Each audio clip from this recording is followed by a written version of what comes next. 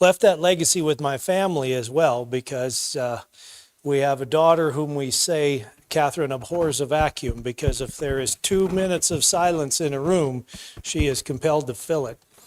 And then my son called last night because I guess it was 11 o'clock at where he lived and he couldn't sleep. So he talked and talked. And my wife afterwards said, what did he talk to you about? I was like, I don't know. We just talked, and he went on and on about stuff. So I can do that too. Yeah. So he called me because I was tired for the day and I wasn't engaged in anything.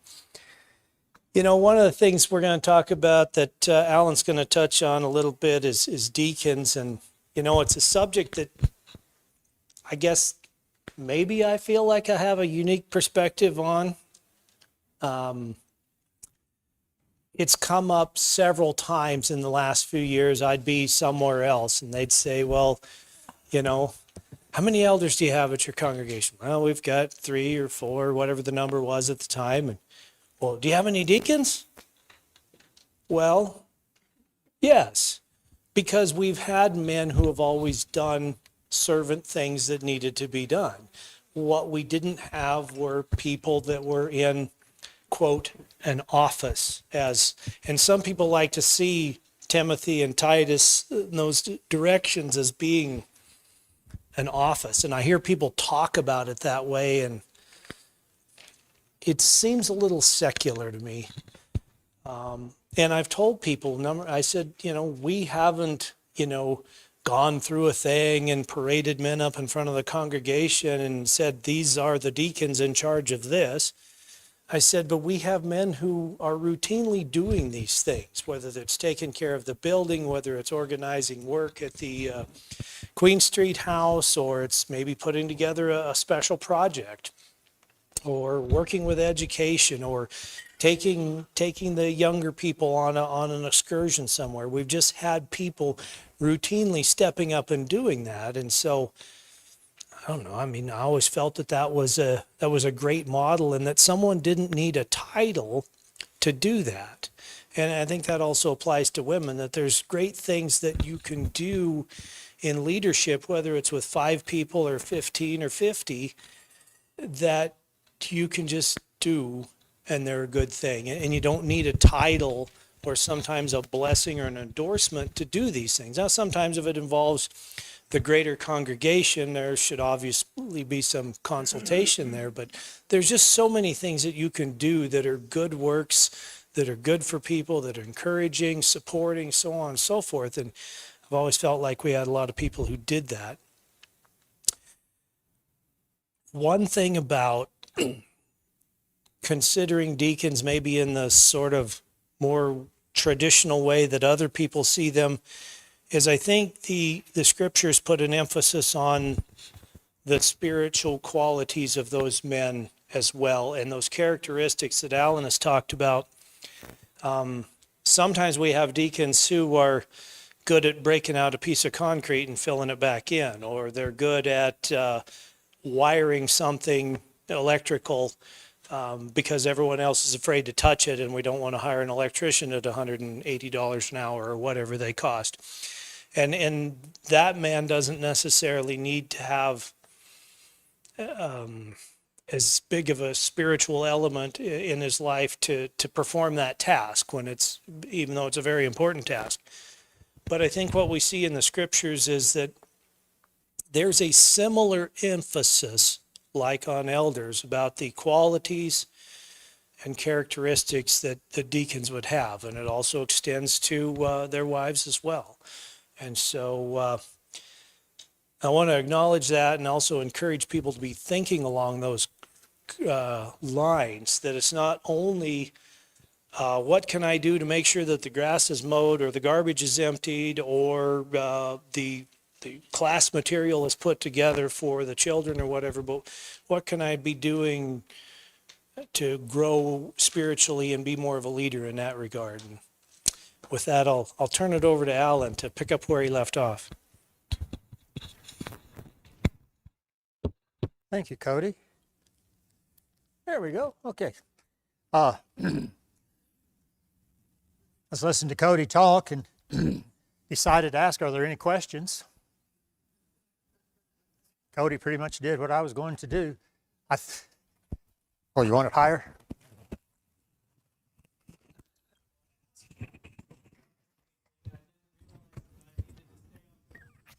I don't care. You did a great job. And obviously, as it was once upon a time, but does not appear to be now. No, it's not. Does not appear. Oh, well. There we go. Hey, listen, technology has been our bugaboo all day today. So why not the sound system as well? I wanted to just say a couple of things about elders. You know, I put up that last slide that showed relationships. I do want to touch on that before we go into the deacons. 'Cause I thought about it and decided, no, we need to talk about it a little bit. 4 areas of relation for elders. And the first one is with each other. Elders are human. They have ideas and opinions. They have personalities. They are different. Some of us are very different. But the idea is that elders need to get along with each other, work together, all right? And I want you, we'll talk more about this later this afternoon, but unity is not the same thing as uniformity. Okay, maybe I should go rephrase that. Uniformity is not the same thing as unity. We do not have to be exactly alike in anything. So what that means is that there will be times in elders' meetings that there will be disagreements. Disagreements about things that are very important to the individual elders. And so there will be some intense conversations that go on in elders' meetings. I think people might be surprised if they knew some of the things that have happened in our elders' meetings. So what elders need to do is maintain a relationship with each other. You do that by recognizing each other as elders within the congregation. You know, recognize who you are. They do it by praying for each other. I think it's very, very important that we pray for each other and not just, Lord, bless this eldership, but Lord, bless Cody and Lynn and John, and pray for each other. And of course, need you to pray that, but within the elders' meetings, the elders need to be praying those kind of prayers, acknowledging each other as elders within the congregation. I was asked during the lunch break, referring to Paul in Ephesus when he said, wolves will arise among you. He said, what happens when that happens? You know, when you see an elder. That's where elders have to be together. If they see an elder kind of wandering off, they need to have a relationship that says, brother, we need to talk about that. We need to examine what you're trying to teach with the scriptures and see how that works. But the only way you can do that is to have that relationship. You have to be together. You have to love each other. You need to appreciate each other. You need to realize how to say this without revealing too much. I've been in situations where an individual elder felt like because he was an elder, he was free to make some decisions and do his own thing. We had an elder like that in Albuquerque. And I kept trying to say, you are an elder, but as an individual elder, you are to submit to the eldership that is leading you and guiding you. Elders are also sheep. I think is the way I said it. Elders are also sheep. Elders are also part of the flock. And there are times that elders need to realize that yeah, there's a lot of responsibility to being an elder. There's a lot of authority to being an elder. But an individual elder is still a sheep in the flock following the eldership. Okay? Does that make sense? Okay. So, but anyway, elders have a relationship to each other, and they need to nurture that relationship and support each other and pray for each other and work together kind of thing. Now, I'm racing through what I'd originally planned to say. But then relationships within the eldership, relationships with the minister. This is always kind of touchy. I've been in situations, well, when we moved to Oklahoma, of course I was only 24, kid, didn't know anything. But the elders always referred to me as the hired hand. Okay, I don't know that I was anybody special, but somehow that came across to me as somewhat disrespectful. Okay? Now, were they the ones that invited me to work there? Yep. Were they the ones who signed my check? Yep. Were they the ones who told me you really ought to be doing this and that and the other? Yep. Exactly. But still, hired hand. I think elders ought to recognize that in most cases, ministers are there to work with the congregation, to be a part of the congregation. See, the idea that came across with hired hand, well, you're just here till the job's done, then you're going to go on. And it made it easy for the congregation then to kind of hold us off. Well, you're just a hired hand, you won't be here long. To have a long relationship with a church like that would be difficult, though we were there 7 years.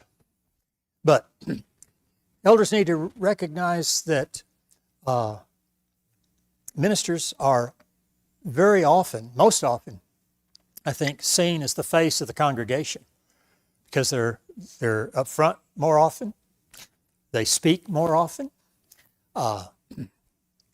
We live in a world where Christianity as a whole looks at the minister as the pastor, okay?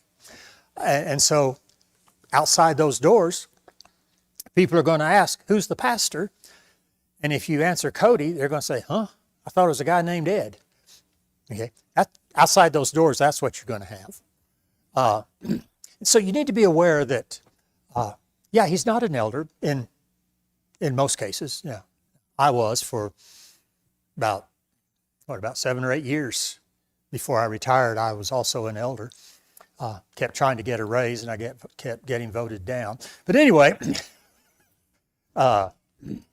you need to recognize that the minister is often perceived as the face of the congregation, and he needs to be treated with that kind of respect. You also need to realize, and again, I'm lecturing, I don't intend to do that, but when various programs come up, various new ministries, it's going to be the minister who is often encouraging folks. Now, the elders will be up there too, encouraging folks, but if you don't have the minister behind you saying, yeah, that's a good idea, let's go for it, you're going to stumble. And the only way the minister is really going to know what it is you're trying to do and trying to push is if he's in the elders' meetings. Now, I know this gets very, very personal because I determined a long time ago that I really didn't want to preach for a church where I wasn't invited to the elders' meetings, because I wanted to know what they were thinking, where they were planning to go. And again, this is where arrogance comes in. The minister spends his life with church work. Elders almost always have professions away from the church, right? I mean, you guys got to support yourself some way, right? And so while you're spending 40 or 50 hours doing what it is you do, The minister's spending 40, 50 hours doing what he does, which is being involved with the people, and above all, being involved with the Word of God. So he will have insights that come from that life. Right? And so I always, when I interviewed for a new job, will I be invited to the elders meeting? And if the answer was, well, no, I'd say, see ya. Now, I understand that there are situations where you don't want him there. Someone comes to you and says, my wife and I are having a problem. Okay, minister doesn't need to know that. You know, the personal issues. They need to know that they can talk to their shepherds and it's going to stay right there with the eldership. There are things like that. When it comes time for minister evaluation, he doesn't need to be there, that kind of thing, okay? So there are times he doesn't need to be there, but that relationship with the minister is important. And if it is healthy, the church will be far healthier. Deacons, I think Ed brought this up earlier when we were talking about it, but deacons are again, not hired hands. They are members of the congregation who have relationships within the congregation, who are doing jobs that need to be done, jobs that are given them by you. And so you need to have this relationship with the deacons.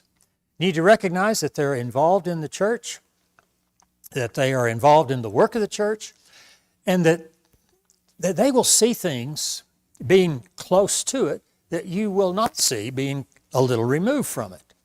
Okay? So you need to listen to the deacons. You need to value their work.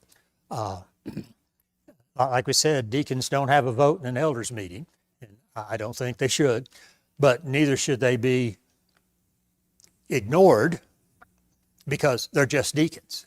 You don't want that at all. Then there's a relationship with the congregation.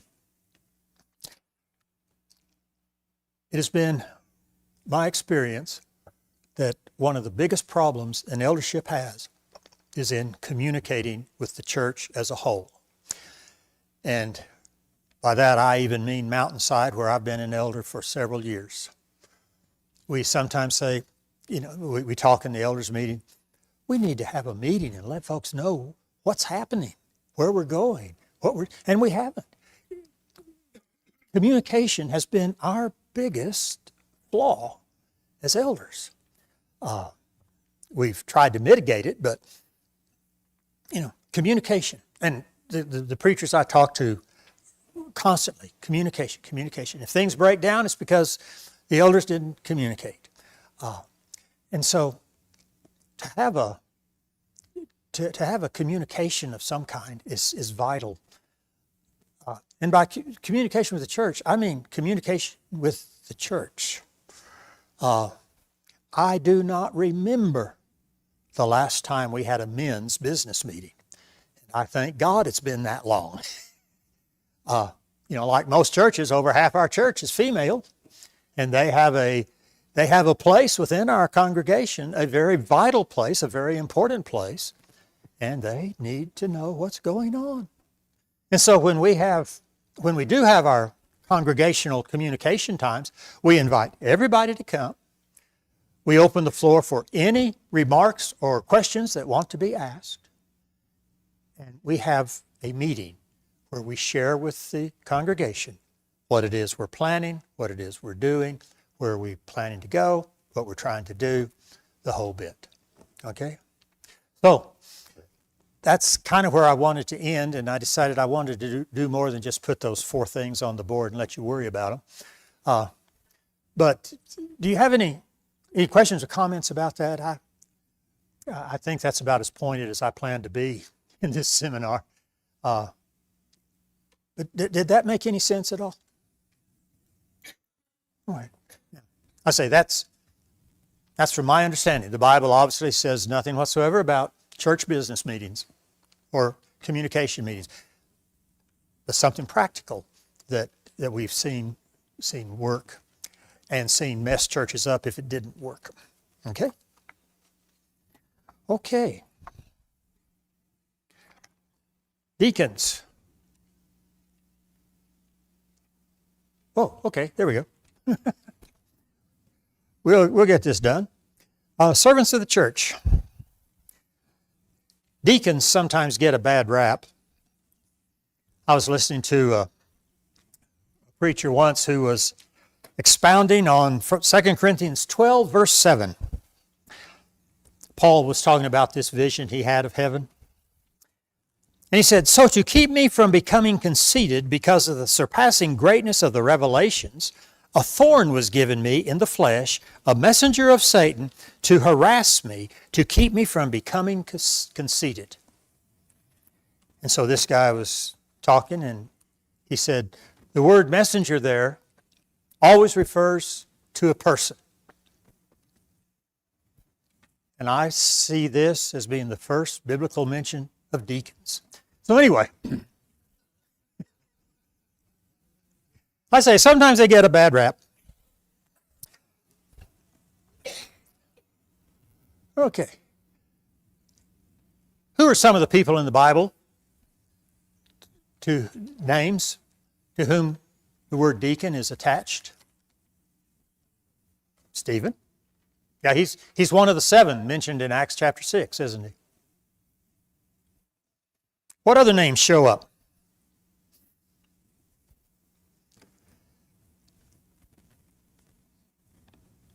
That's okay. Because I kind of threw you a curveball there. Because the English word deacon is not attached to too many people.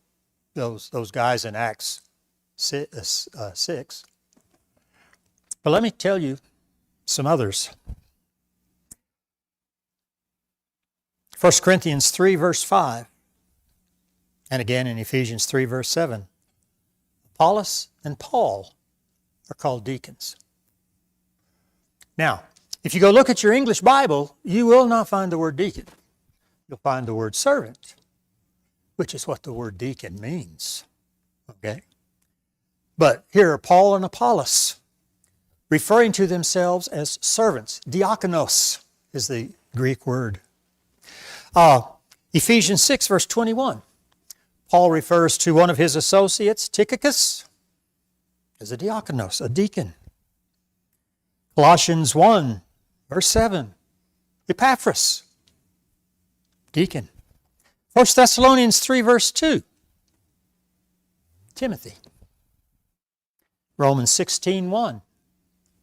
Phoebe. There are groups of people referred to as deacons. John 2. Jesus and his mother were at a wedding. They ran out of wine. And Jesus' mother told the deacons to do whatever he said.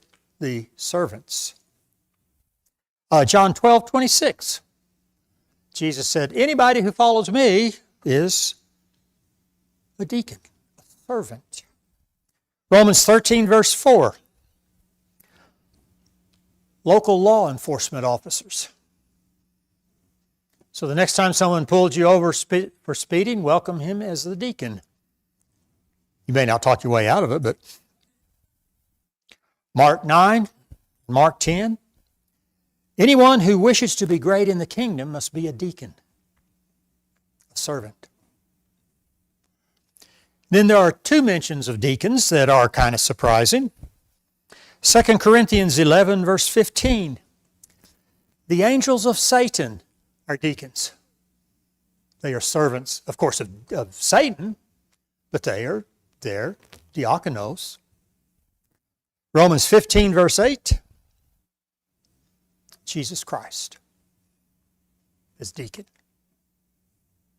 Okay. The idea behind deacon, of course, as you've picked up, is it simply means servant. The term began to be used of table waiters. If you go to a restaurant, someone comes, says, "Can I take your order?" That's a deacon, a table servant. That's where it began. It ultimately came to refer to any servant or minister. Deacon refers to an official church position only in context. Sometimes the context demands. We're talking about something different here a little bit. What was it? Philippians, where Paul greets the elders and the deacons, or the bishops and the deacons, the servants. So, okay. So, means servant. Okay, the work of deacons. The work of a deacon is to serve the church in any way that he can. Now, my wife and I went round and round about what I'm getting ready to say. She thinks it's too crass, but I think it fits perfectly. And since I'm speaking and she's not. I still work with a funeral home, but I work in a different position now. But the first six and a half years I worked with the funeral home in Albuquerque, my title was associate. I was a funeral associate for French funerals and cremations. Aren't you impressed?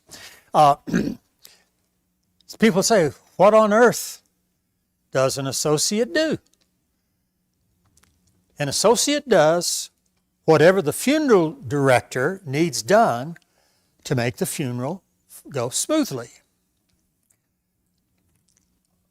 I usher. I'm the guy who stands at the door and greets you and hands you the memorial folders when you come in. And you go in and you see the flowers all lined up. I set those flowers up. Okay? When you get ready to go to the cemetery and everybody gets in the limousine, I'm apt to be driving the limousine. Anything to help the funeral go well. Oh, by the way, I've also shoveled snow. I have cleaned bathrooms. One family brought the dog of the deceased to the funeral, and the dog is up front here. He doesn't like where he is. He doesn't like all the people. He doesn't understand what's going on. So he throws up on the floor. I cleaned that. Anything that needed to be done is what I did. I said, if you really want to understand it, I am a funeral flunky. Okay? Now, my bosses didn't like it when I said that, but when I said that to people who weren't involved in the funeral industry, they understood what I meant. I'm a funeral flunky. What's the job of a deacon? Whatever needs to be done to make the church run well, to get done what needs to get done. It might be teaching a class, leading a ministry. It might be mowing the lawn, patching the roof. It might be unstopping toilets. Deacons are church flunkies. Nobody threw anything at me. Okay. And I say that with all the respect in the world, because just as a funeral would not run smoothly without the work of the associates, the funeral flunkies, churches do not run smoothly without the work of the church flunkies, the deacons. All right? But they are so special. They are so important. And like Cody said, every church has deacons. Sometimes we call them that, sometimes we don't. But every church has deacons. And without them, the church as we generally know it today would not function. It would not be what it is. So we have church tasks, things that you kind of look at. Yeah, deacons, they're involved in benevolence, preparing the Lord's Supper, calling the shut-ins, what have you. But then there are other tasks needed, maintenance. But when Paul wrote to Timothy and said, here's what I'm looking for in deacons, he had no idea that someday churches would own buildings like this that needed to be maintained. I think this is why the work of a deacon is never specified in Scripture, because it's open to whatever needs to be done.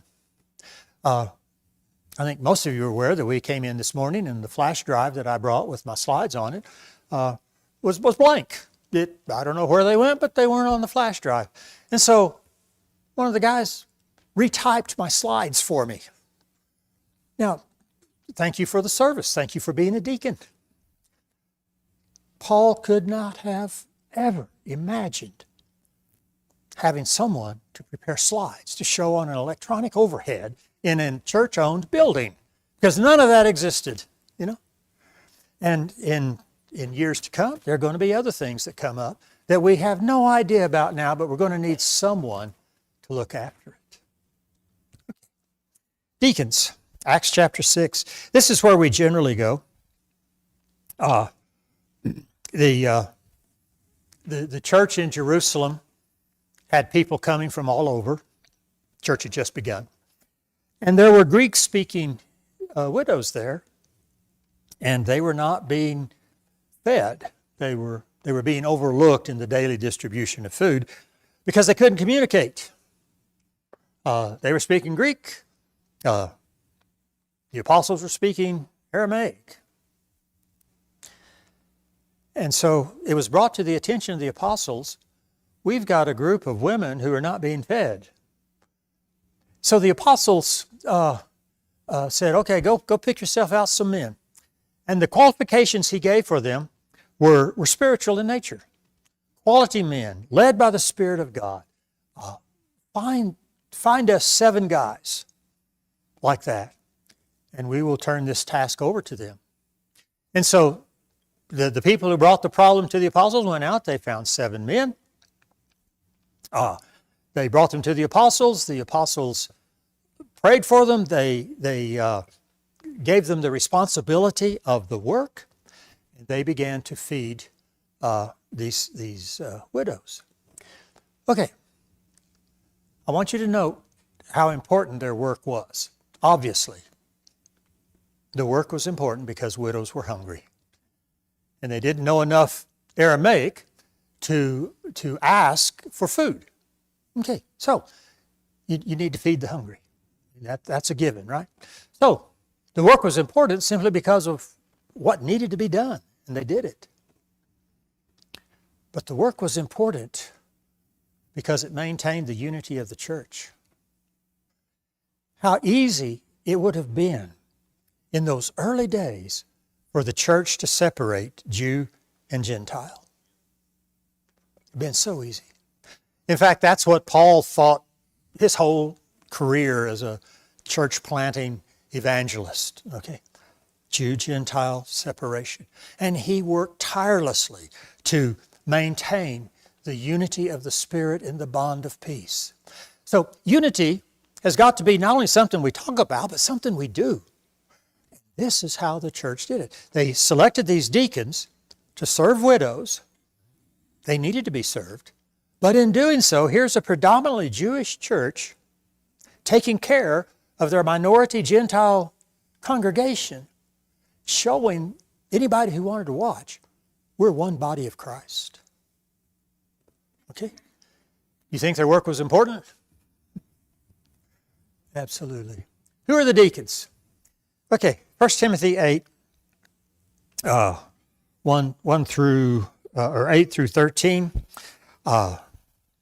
Deacons likewise must be dignified, not double-tongued, not addicted to much wine, not greedy for dishonest gain. They must hold the mystery of the faith with a clear conscience, and let them also be tested first. Then let them serve as deacons if they prove themselves blameless.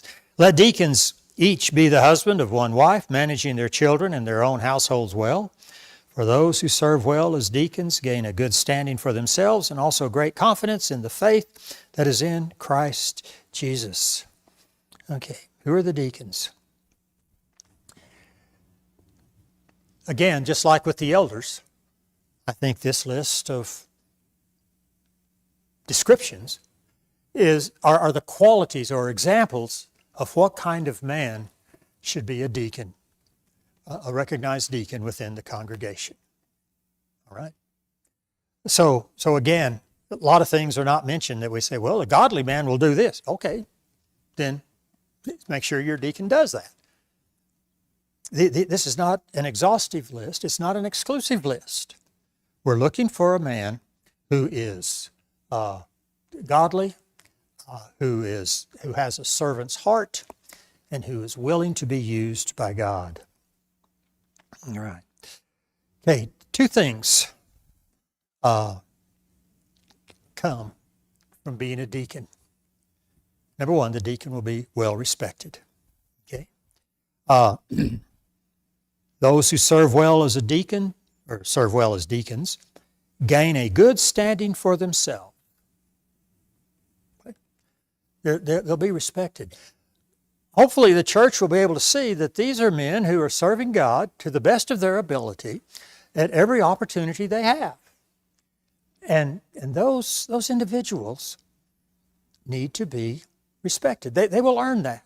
You know, you don't have to go out and brag about it.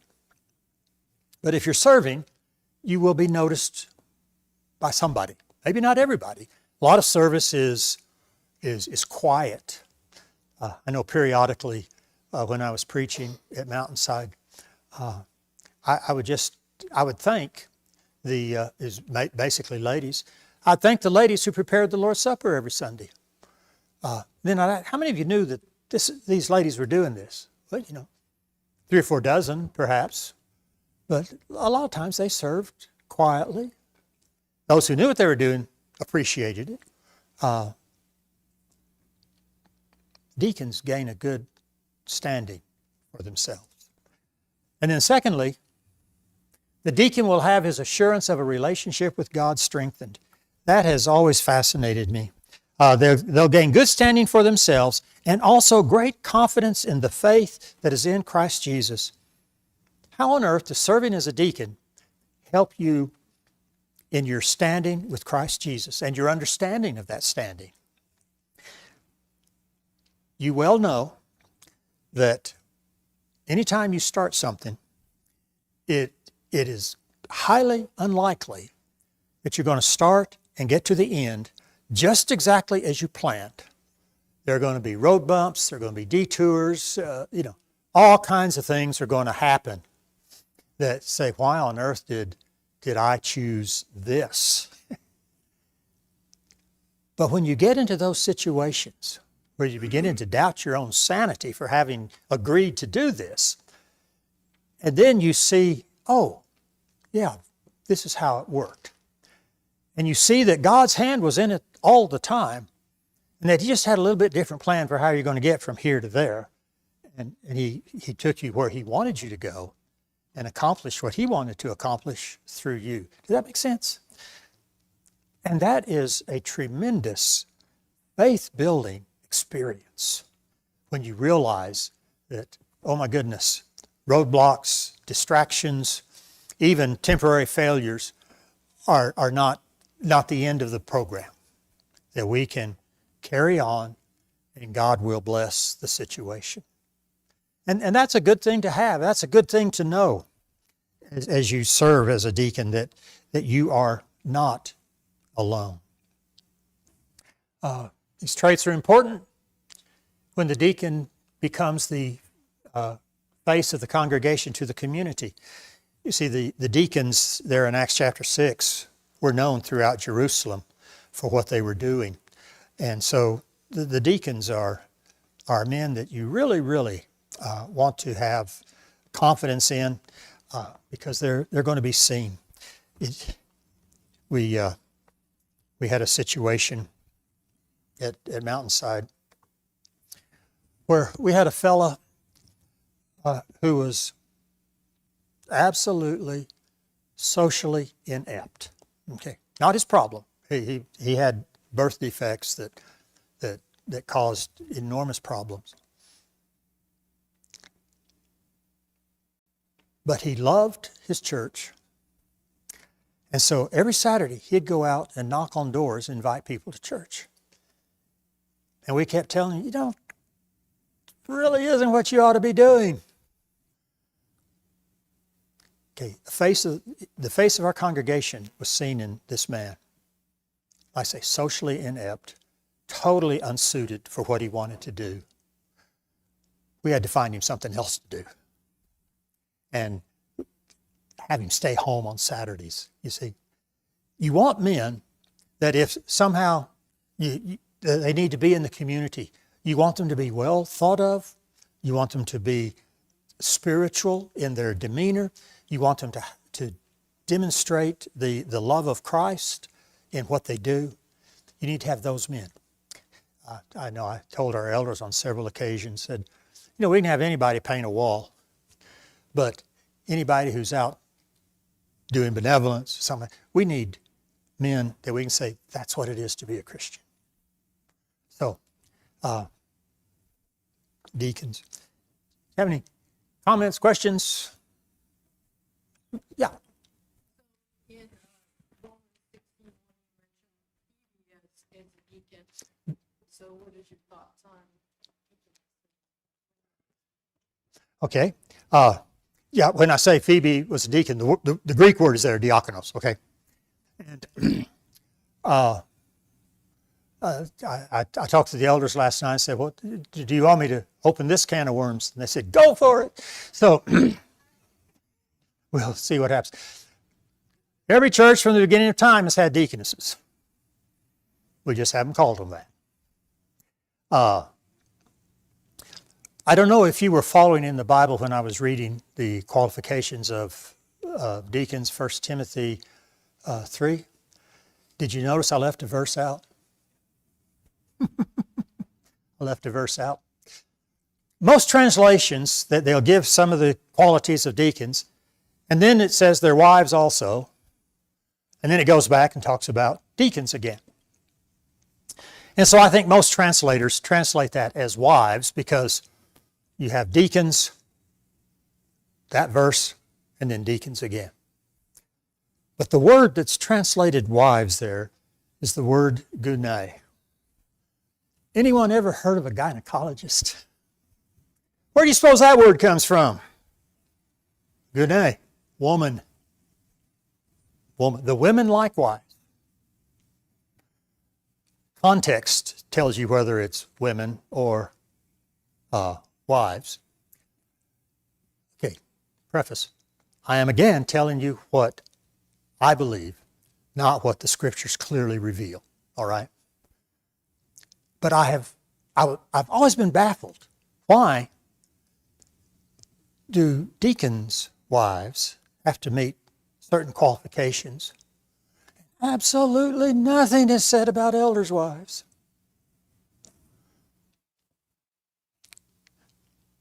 I've come to the conclusion, and again, my conclusion, based on prayer and study, is that that verse are the qualifications for the females who are going to serve the church, especially in a public way. Why doesn't it say anything about husbands and children?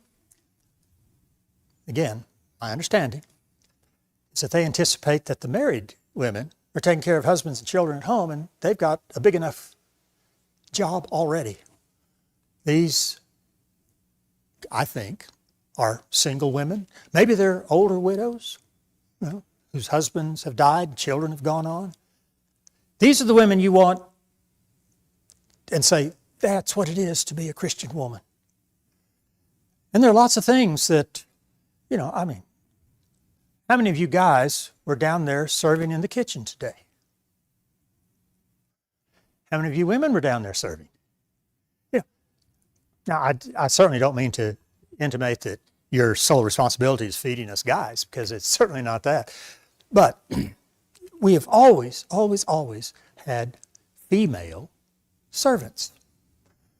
I haven't read enough to actually say I know for sure, but I know that there were places in the first century where believers took this new birth idea very, very literally. And they said, how many clothes did you have on when you were born? Converts were baptized, and in some places, baptized nude. New birth, you've got on as many clothes as you did on your first birth. Obviously, the women are going to be caring for the women in those situations. Deacons, servants of God. So, again, most churches of Christ, we think of deacon as male. And, that's okay. But I think we need to really acknowledge the fact that our churches, by and large, would be a whole lot less efficient, a whole lot less impactful if our women were not serving. we've got a group of ladies at our church that they love quilting. And that's what brought them together. But they make lap quilts. And then they send them to folks hospitalized, to the seniors. Both of our mothers got sick about the same time. And so this quilting ministry made lap quilts for Linnell's mom and my mom. We mailed it to them. Both mothers were incredibly appreciative to know that folks in Albuquerque are thinking about them. And when our mothers died, we told our brothers, we said, we don't care what else of moms we get, but we want the quilts. And we have both lap quilts at home. Our brothers did share with us more than that. But, but you know, is this a service? We have a group of ladies who call themselves the Phoebe Ministry. And Phoebe is an acronym for something that I do not remember at all. But they send cards of encouragement. Every week they send cards of encouragement. Been sick, you get a card. Anniversary, you get a card. Birthday, you get a card. Missionaries get cards from them all the time, and care packages. I think Pablo and Laura got one. That was Phoebe. Okay. Would our church continue if they hadn't made quilts for my mom or sent Laura and Pablo a care package? Yeah. But would it have been recognized as this godly, caring church? Would it have been as recognized as a godly, caring church without these ladies? Yeah. No. And that's why when I was talking about communication, I'm saying it can't be a men's business meeting. I say that like that's some sort of authoritative statement. My belief is that the business meetings have got to include the entire congregation, not just the men. Okay? But again, that's just me, and I pray I'm not stirring hornets' nests for the elders. If so, I'll pray for you as I leave. One blessing about being a guest speaker, you come, you do what you do, and then you go home. So, but did that answer? Is it limited, why couldn't they, do other things? Okay, now you're really asking me to get into it. You and Lynn, your questions. I think the example you gave, what you were recommending would, it's happened to the other congregations, Yeah, the other churches, and yeah. Things are happening. My understanding is that the male leadership deals with authority. All right? And for whatever reason, God has chosen males to be the authority. Okay? I know a lot of people even disagree with me on that. But, you have Adam, who's supposed to take care of Eve. Okay? I mean, that's where it began. So you have authority.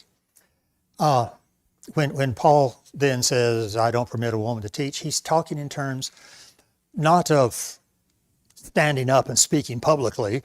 He's talking about being authoritative. I personally do not believe that a woman should be an elder, because it talks specifically about husband of one wife, and that makes it very difficult for the women. At least it used to. So, and then the prophetic ministry. There are things that women teach that are they're far more qualified than a man will ever be. But I think there's a tremendous difference between sharing information and in saying, okay, church, you need to do this, and blame on you for not doing that, and I propose okay, that's authority. And that, I think, it steps over the line. We had a woman in our congregation who grew up Mormon. She was converted years ago when the Mormons built a temple in Albuquerque. people want to know, okay, what is this Mormon thing? Who knows more about Mormonism than someone who grew up in it? I could read books about it, but she knew it. So the only thing she asked was that introduce me and say, we have asked you to do this, which we did, But I said, here she is. She grew up Mormon. She's now a Christian. She's going to tell us about it. And then she taught for an hour. She did not, there was no authority there. There was no, you gotta. She was sharing information. I personally don't see a thing wrong with that. And like Lynn said, churches are changing. I know our youth group now, at the end of their get-togethers, they all hold hands, and they start here, and they go around the circle praying. Well, guess what? Half our youth group is female. And round we go. Now, I told the elders last night that I am not going to suggest, hey, let's just open this up, and anything there other than preaching, let them go. That'd mess up our church, because people are so accustomed to the male leadership. But in 20 years, it's going to be different. And I personally, like I said, the idea that a woman who is heard is somehow usurping authority just doesn't ring with me. She's a child of God, gifts of God. Like I say, elder, prophetic ministry, preaching.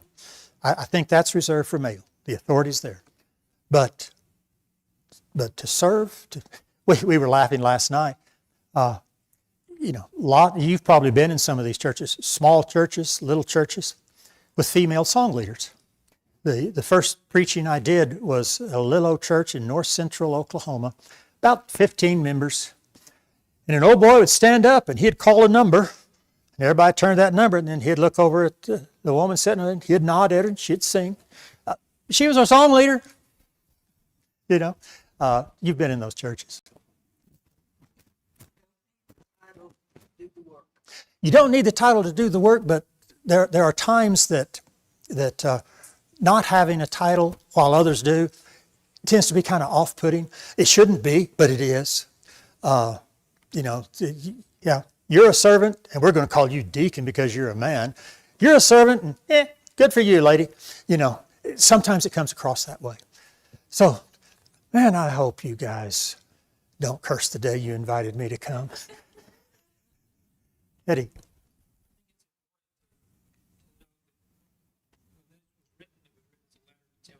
Mm-hmm. Right. This entire section on elders is preceded by chapter 2, verses 8 and following. That's where we learn about woman's role, how women are to interact with the men.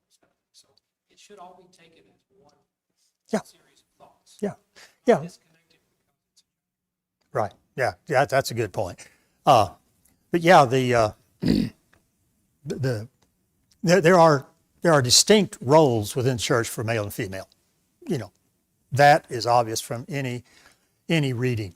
But how those roles are reversed. My wife and I were in the Smoky Mountains several years ago, and there's a community, Cades Cove. If you've ever been there, you've seen it. When Europeans moved off the Atlantic coast inland a little bit, they built this little community. And one of the churches there, goes back way back, has 2 doors. One door for the men and one door for the women. And the women sat here and the men sat here. Okay, I don't see that as being just exactly what the Bible suggests. But there's a difference in what we do within the congregation. But this all started with Phoebe. Female servants, churches have had them forever. I'll tell you what I told Lynn a few minutes ago. I have given up trying in Albuquerque. But for years, I tried to suggest to the elders that we do away with deacons altogether. Let's do away with the word. because we have so much baggage around it now. Deacons are men. Deacons have authority. The women can't be deacons because they have no authority. And, you know, we've put a lot of baggage around the word deacon. But we got women serving everywhere just like you do. We got men serving everywhere just like you do. Let's call them ministry leaders, where it doesn't have the baggage. Elders have not chosen to do that. Elders haven't even chosen to consider it much. So anyway, that's okay. Oh yeah, absolutely. Yeah, I'm talking about Albuquerque. I've had 39 years to try and convince them. I haven't done it yet. Probably won't. Not now, I'm not going to. But yeah, deacons, female deacons, in an official position, at least at our church, it's not going to happen anytime soon because there's too much historical baggage on it. But, oh my goodness, without the women, our church would be a third of what it is. Not size, but in work, what it gets done. So yeah, female servants. I was listening to a missionary speak once, and maybe this is what we ought to call the servants. He was preaching in Southeast Asia, and he got to talking about deacons. And boy, the guys, I want to be a deacon. I want to be a deacon. I want to be a deacon. And it dawned on him that what they were looking for was a title and a position. And so he started talking about slaves. Guess how many volunteers went away? Truckloads. Because the idea of being a slave or a servant or a church flunky was not high on their list of priorities. Okay? That help? Yeah, I often think, I grew up in church, First Christian Church Disciples, and, we had women that served as deacons, that served. Yeah. Yeah.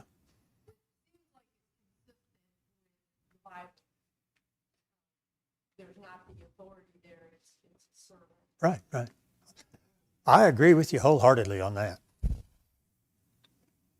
Yeah, was it someone said we let our women pass the trays east and west, but not north and south? Yeah, that was a little flippant. Okay. Deacons. An example of a deacon, Philippians 2, 5 through 11. Who's that talking about? Jesus. Absolutely. Paul began by saying, I want you to be united. I want you to have the same mind as Jesus. And here's the mind of Jesus. Jesus was in very nature God. That meant that he was not just godly, he was God. All right? And by very nature, he couldn't be anything else. You are by nature human. You cannot be anything else. Jesus, by very nature, was God. Jesus did not grasp at this blessing. Okay. What that means is he emptied himself. He did not hold on to those divine prerogatives that were his in heaven. As God, he did not have to come to earth. Okay? He did not have to come. But he gave up heaven. He gave up the glory. He gave up the worship and came to earth. So he did not grasp at the idea that I am God. He didn't grasp at it. He emptied himself.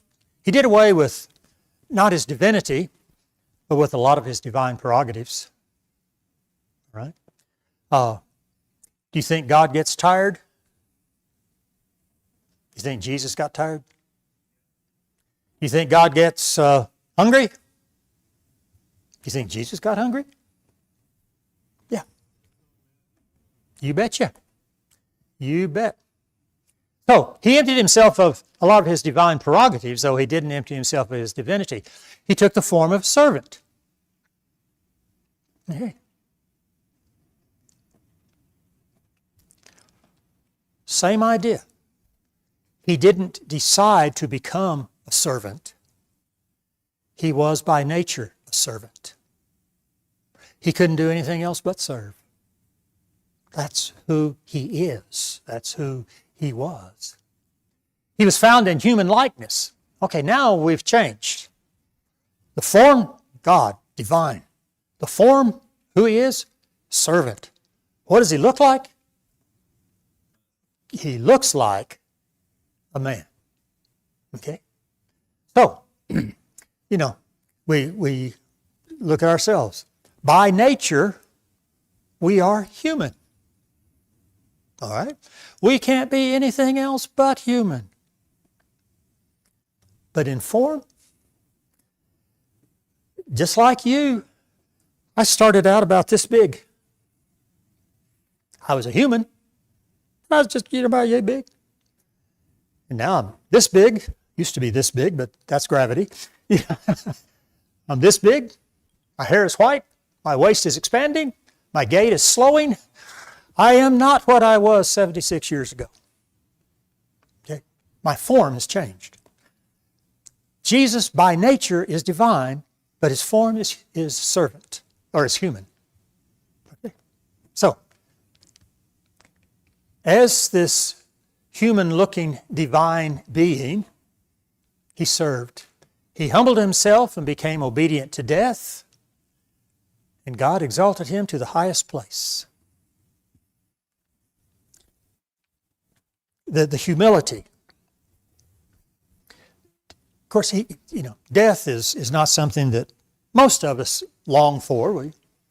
We're not afraid of it, but we don't long for it, unless you're just incredibly ill, and we've all met those folks who long for death. But by and large, we don't long for death. But Jesus came and became obedient to death. How many of you remember your 33rd birthday? And that's so far down the line, I don't remember at all. I do remember I wrote a bulletin article that said, I just turned 33, and Jesus died at 33, and I don't want to die because I'm young, and I made some comment about that, but I don't remember being 33. That's young. I didn't want to die at 33. And neither did Jesus, because he is human. Okay? And yet, that's what needed to be done, so that's what he did. He died, became obedient to death, and then it says even death on a cross. There are lots of ways to die, but some are more painful, some are more humiliating than others. And to die on a cross was a terribly humiliating way to die. We see all these pictures. Almost always, the pictures of Jesus, there's a loincloth. Didn't happen. They were crucified naked. You lose control of your bodily functions.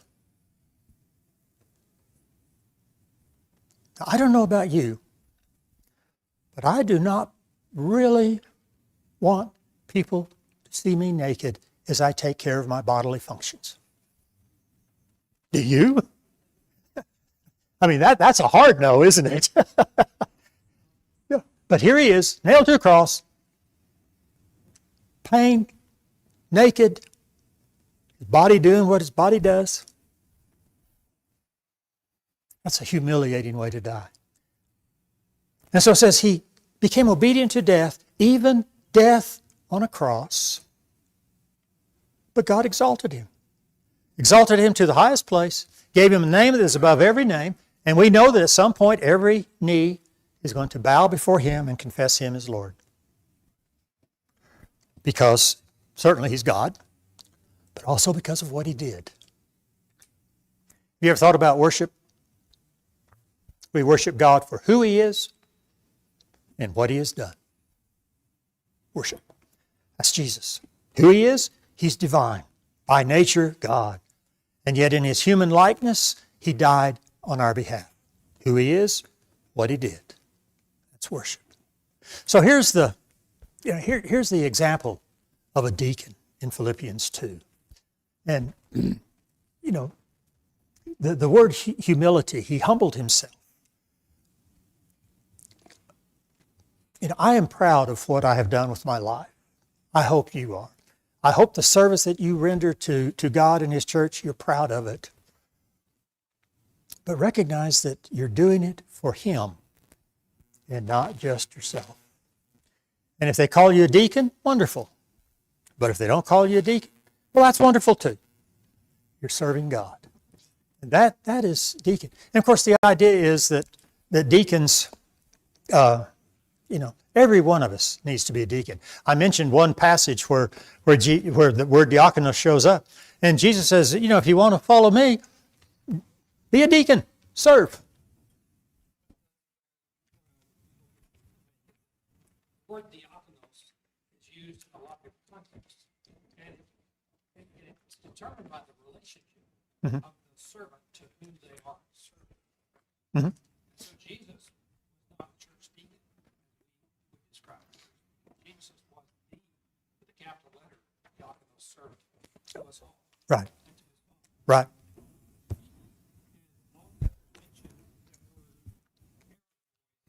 Yeah. It's about the relationship and the task.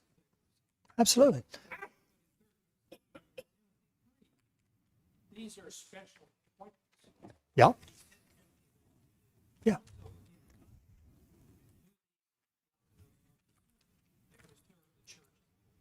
Yeah. I think that we don't want to confuse the fact that all of us should be servants.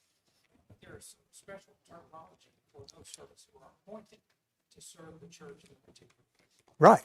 Absolutely. And I was wanting to make that clear, and obviously I didn't. But yeah, deacon is always connected to who you're serving. And there are those times when the context demands that you are deacons for the church, like 1 Timothy 3, Philippians 1. These are, there are those positions where, well, for lack of a better term, let's just call it a capital D deacon.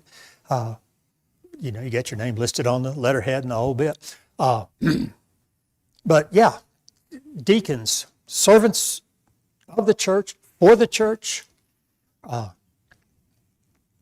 who give themselves to serving others.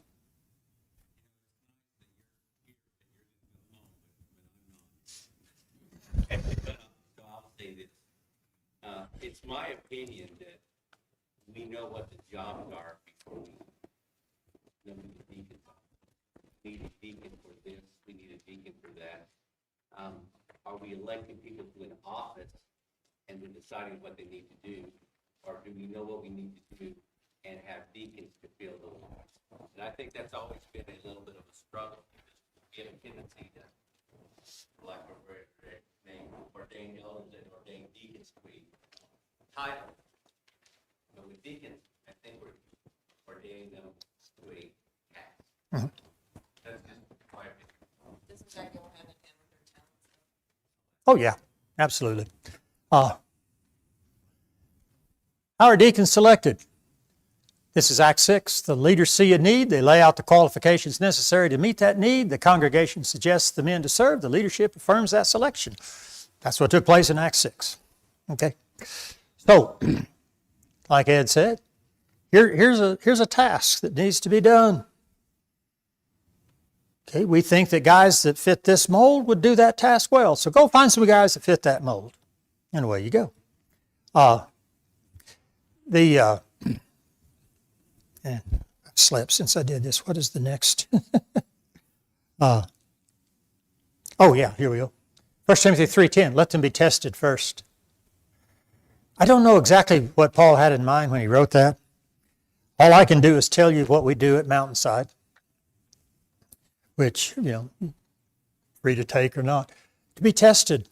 There are times that the Act 6 model works. We have a job that needs to be done, and we think you could do it, so would you be willing to give it a try? The other option is to see guys who are doing things and say, hey, you're serving us, you're meeting a great need. Would you be willing for us to give you the title deacon and recognize what you're doing? So we've done that a lot. That's mostly how we get our deacons. Let them be, and I don't know if that's what Paul meant when he said let them be tested first, but we watch to see what guys are doing. We have a young couple that just moved into the congregation. He's an engineer, loves to tinker.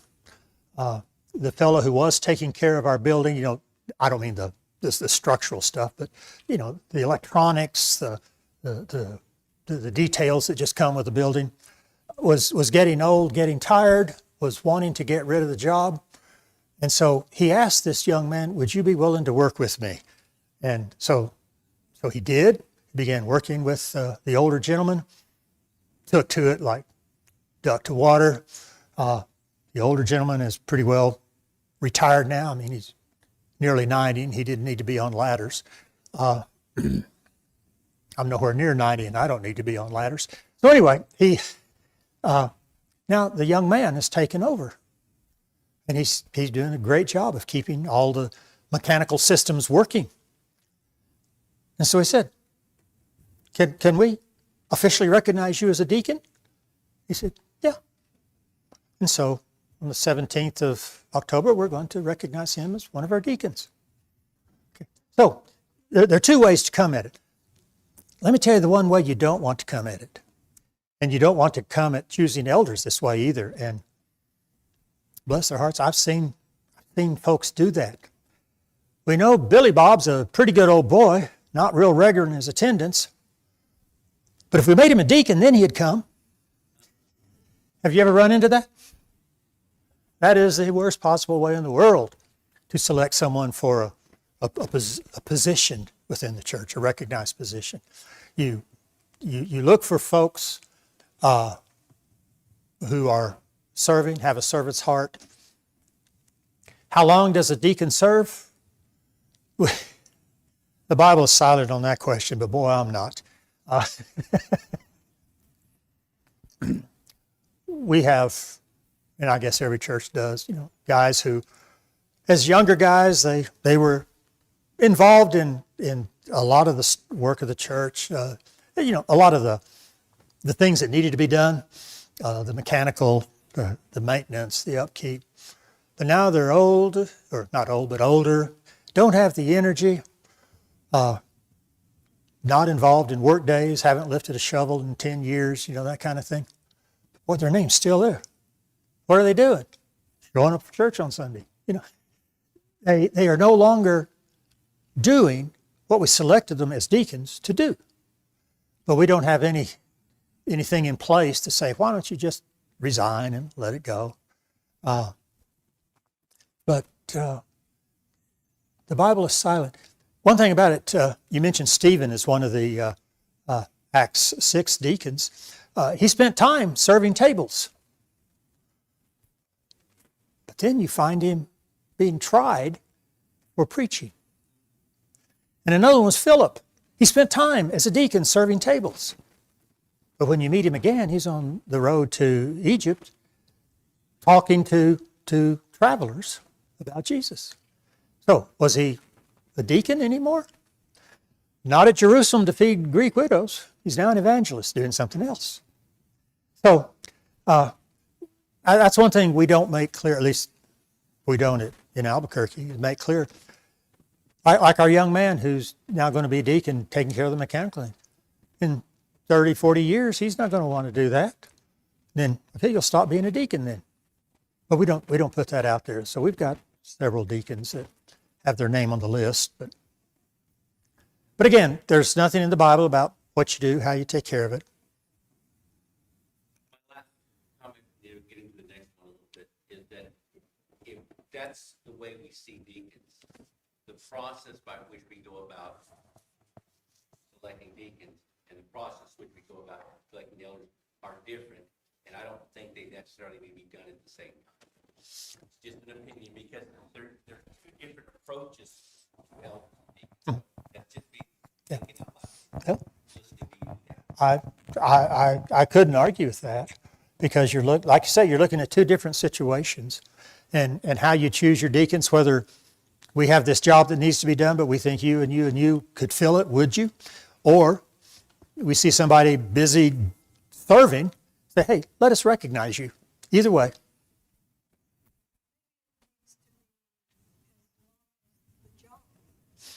Oh, yeah. I truly believe that's the way it ought to be, but that's not how we communicate that to the men who. Yeah. You're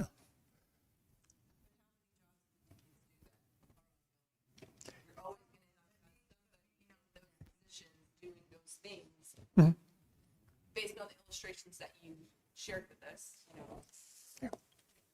maintenance, those kind of things. There's always going to be those positions. Yeah. There may be other ministries that you're involved with in. Well, the other example you use is working with the youth. I mean, or youth rallies or whatever. Those should be something that we always strive to have.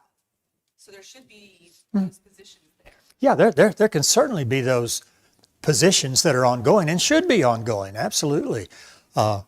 We have, in fact, we have an elder and a deacon who are in charge of our children's program, doing a great job. I pray to God that ministry never ends, and that, yeah, we will absolutely. But then, some do end. We used to have a deacon in charge of our bus ministry. Well, thankfully, we got rid of that. So we don't need a deacon in charge of bus ministry anymore. Now we still have a van or two for our kids, so we still have someone in charge of maintenance of buses, which would have fascinated Paul. But yeah, some are ongoing, some are not. But again, that's something each church has to deal with on its own, because these things there's no scripture that tell us how to do these things. So summary: all Christians are called to serve. We understand that. Okay, I hope we do. We need to find a place to serve. Special class of servants called deacons. They serve the church as needs arise. They are the face of the church in the community quite often. And so, I forgot there wasn't another slide. That's what we're going to do next. So, take a break. Stretch break. At least 5 and then stretch break, and we'll come on back in and Go again. get into some other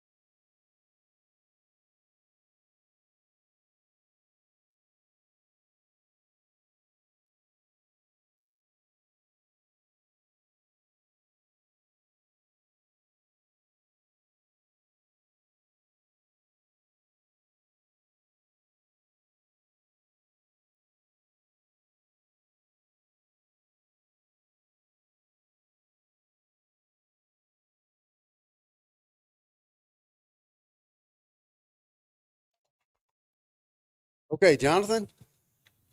Yo. Oh, they're still back there. Don't worry about it. Is it? How's that? Okay.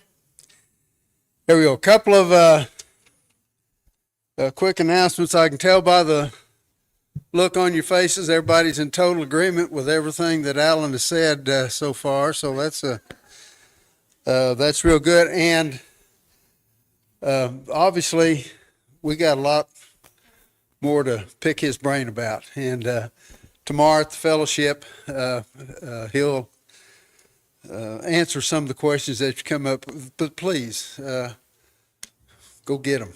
I mean, this is he's got the experience, he's got the knowledge and everything like that, and he sees this all the time. So we're glad, and the elders met with him last night, and just go for it. There's a lot of things that we're kicking around that we're thinking about and talking about that he's in a position to answer, and he's taking those, he's hitting them head on, and we're glad that he's doing it. I'll also mention here that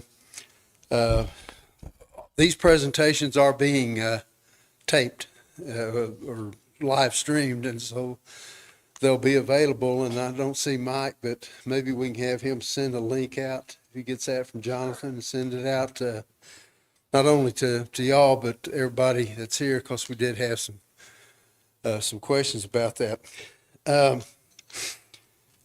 I appreciated Ed's comment that he's known Alan since 1986.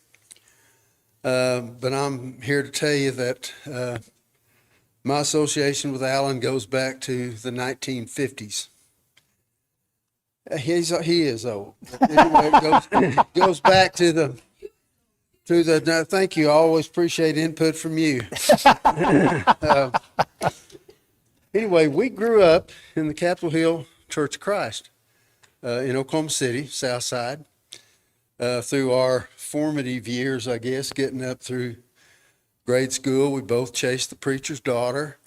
We know all the people that we used to go with, and it's kind of funny how time goes in. Small world. You get back and you find out all these good things.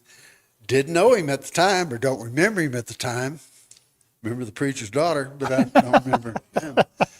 But I'm very appreciative that I'm still better looking than he is. So, the door you came in is the same one you can go out. It's just beauty was a horse, yeah. But we changed on your program that we had. This was supposed to be for the process, but he's covered the processes. So we're going to get into conflicts within the church, and I know I'm certainly glad we don't have any here. But we wanted him to address that, and again, another open conversation. Ask him what you want to. Let's get down to it. Alan Taylor, come and get us. Thank you, Lynn. The thing I remember about the old Capitol Hill Church building in Oklahoma City is that it was narrow and long. And when I got to be, I don't know what, 6th grade or so, when mom and dad let me start sitting in the front with the young folks, man, I felt so good. And my mom didn't put up with any nonsense. Now, great big woman. She's 5 feet tall, 5'1" maybe. Possibly at some point in her life weighed 110, but she was a little bitty woman. So one of the first Sundays that I was sitting down front with the young folks, I was cutting up and having a good time. Oh, if only she had just done that. Next thing I knew, someone had grabbed hold of my earlobe, and Mom walked me all the way down this long, skinny building, hanging onto my earlobe. Oh, I don't have earlobes today. Anyway. Oh, not that, but that was Mom's go-to, get here. Life is good. Couple of stories. When I was preaching in Oklahoma, just down the road from us was a little town called Drumright. Drumright was a small town. I don't know the population, but it was small. But it had 2 Churches of Christ congregations, one down in town and one up on the hill. And I never did figure out why those 2 churches split, but I know they did. I know that there were acrimonious feelings about the split because there were more members of the Church of Christ who drove from Drumright to Cushing for worship than stayed in Drumright and worshiped at either one of those 2 churches. Okay, so we've got a acrimonious split going here. Well, a tornado came through Oklahoma, which is no real surprise, happens every spring numerous times. But this one came right through Drumright, and it flattened a lot of the city. It was a powerful, powerful storm. So, of course, the churches all in that part of the state, northeast Oklahoma, we got together, we gathered foodstuffs, and we gathered blankets and clothing. And so I took a big batch of it over one day to Drumright. And we were using the building of the church. It was in town. The building up on the hill was flattened. Okay, it was no more. And I know some of us had talked, some of the preachers in the area had talked, maybe this will get the churches back together again. So I'm in the old church building there, and I'm separating clothes, and there are 2 women behind me, 2 old ladies. Well, we know which church God approved of. He didn't blow ours away.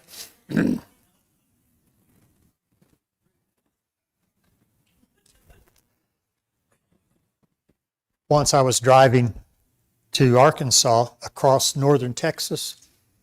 It wasn't an interstate, it just on a 2-lane road south of the Red River. And I got bored. So I started trying to find the Church of Christ building in these small towns I went through.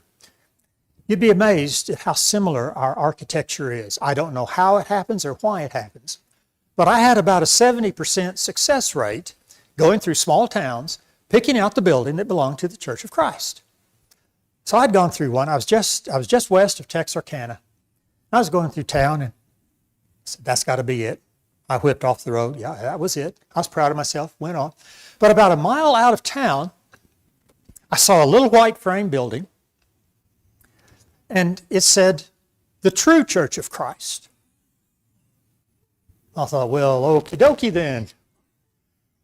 Drove another 1.5 miles. There was an even smaller white frame building, and the sign said, the only True Church of Christ. And I remember thinking, oh my, wouldn't you love to be a Christian in that town and try and tell folks about your church?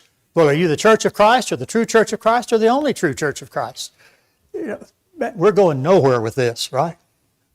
I don't know what caused the split in Drumright. I don't know what caused the splits in this small Texas town. But I do know one thing. Man, there must have been some disagreement somewhere. People got crosswise with one another and absolutely did not handle it well at all. So how do you deal with conflict when Christians disagree? You understand, first of all, that Christians do disagree. All right?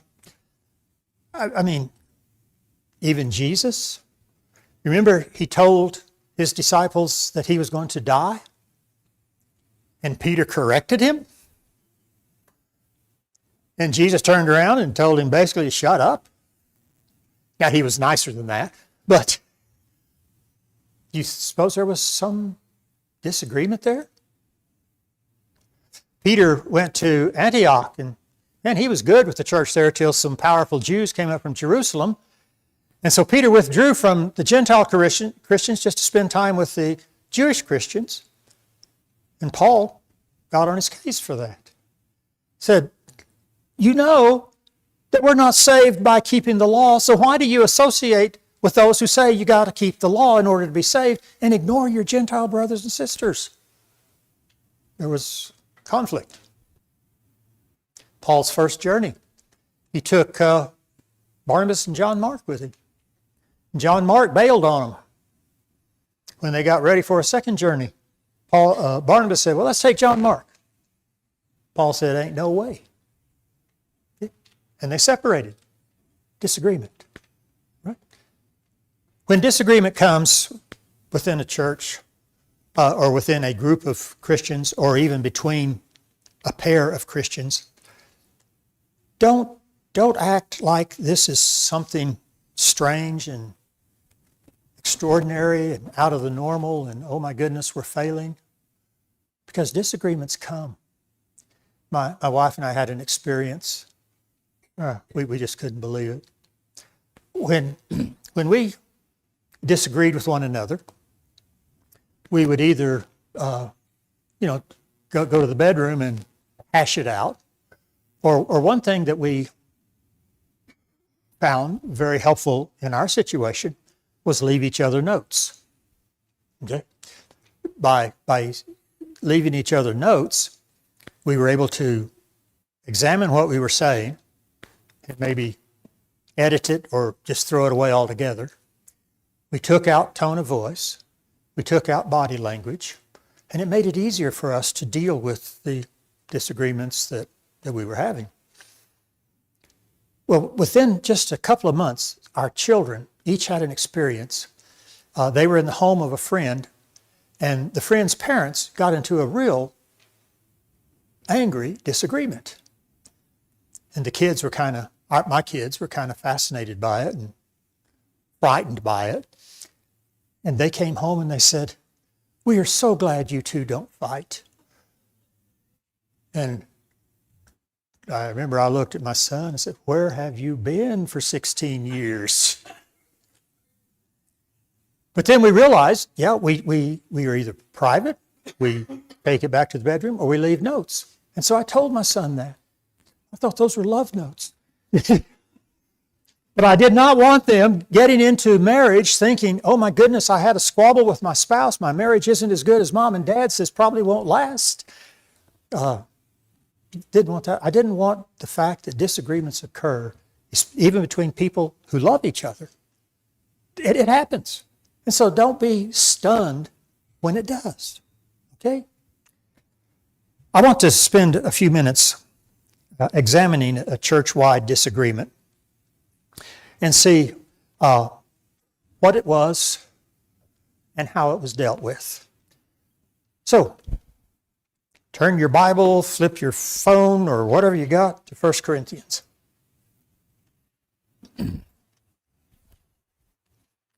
It's always a strange thing for a preacher. People are busy looking at their phones, and you hope they are reading their electronic Bibles rather than playing solitaire. But anyway, there was a disagreement in Corinth. Verse 10 of chapter 1. I appeal to you, brothers, by the name of our Lord Jesus Christ, that all of you agree and that there be no divisions among you, but that you be united in the same mind and in the same judgment. For it has been reported to me by Chloe's people that there is quarreling among you, my brothers. What I mean is that each one of you says, I follow Paul, or I follow Apollos, or I follow Cephas, or I follow Christ. Okay, that was the basis of their disagreement.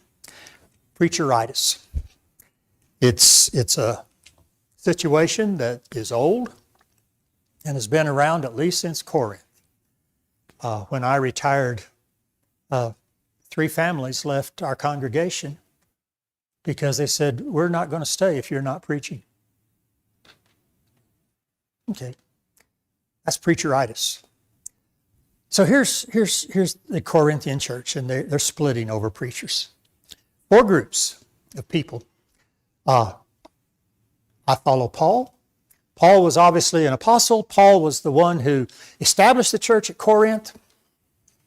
The text, Acts 18, tells that many heard and were baptized in Corinth because of the preaching of Paul. A good church there in Corinth.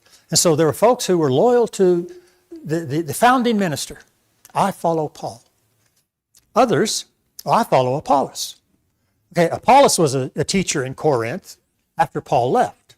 Apollos was a man who was well educated, well versed in the scriptures, and by scriptures understand the Torah, the Old Testament, the Hebrew scriptures, well versed in the scriptures, knew Jesus, and was very eloquent, very much the Greek ideal of a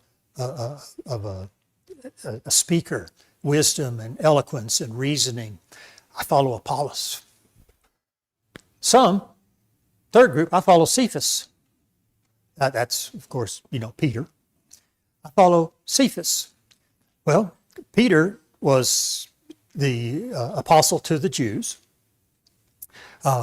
There's no biblical record of his having been in Corinth, so we don't know if he came through Corinth and and made an impression on folks, or folks moved to Corinth after having an impression made on them by Peter, but somehow they came to see Peter as the one.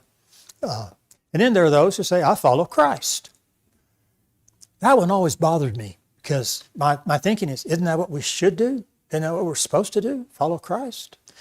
It is.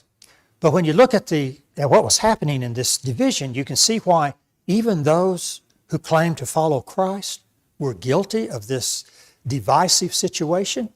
Because see, each group was not only saying, hey, that's my favorite preacher. There's no sin whatsoever in having a favorite preacher, except maybe for my mom. I was not Mom's favorite preacher. That will be held against her, I'm sure. So, I was number 2, right, but I was not her favorite.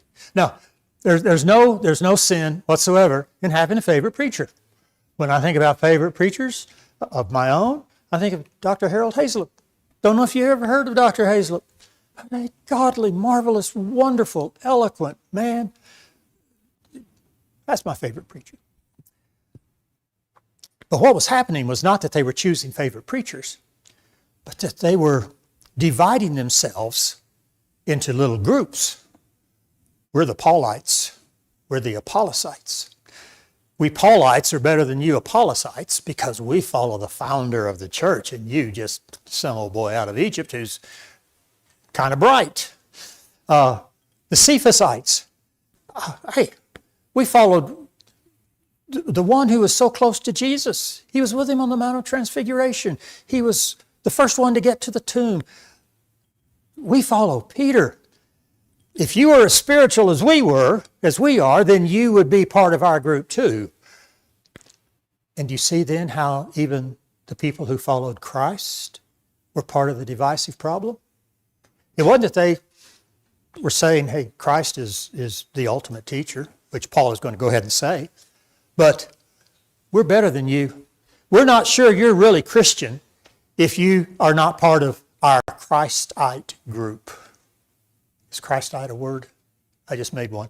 We're not sure you're really Christian unless you're part of our group. Do you see how doing something right can even be divisive? Okay. So here was the division in Corinth.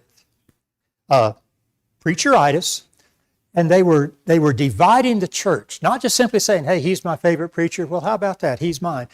But pulling apart four separate groups of people, holding the others off at arm's distance. Okay, that's what was going on in Corinth.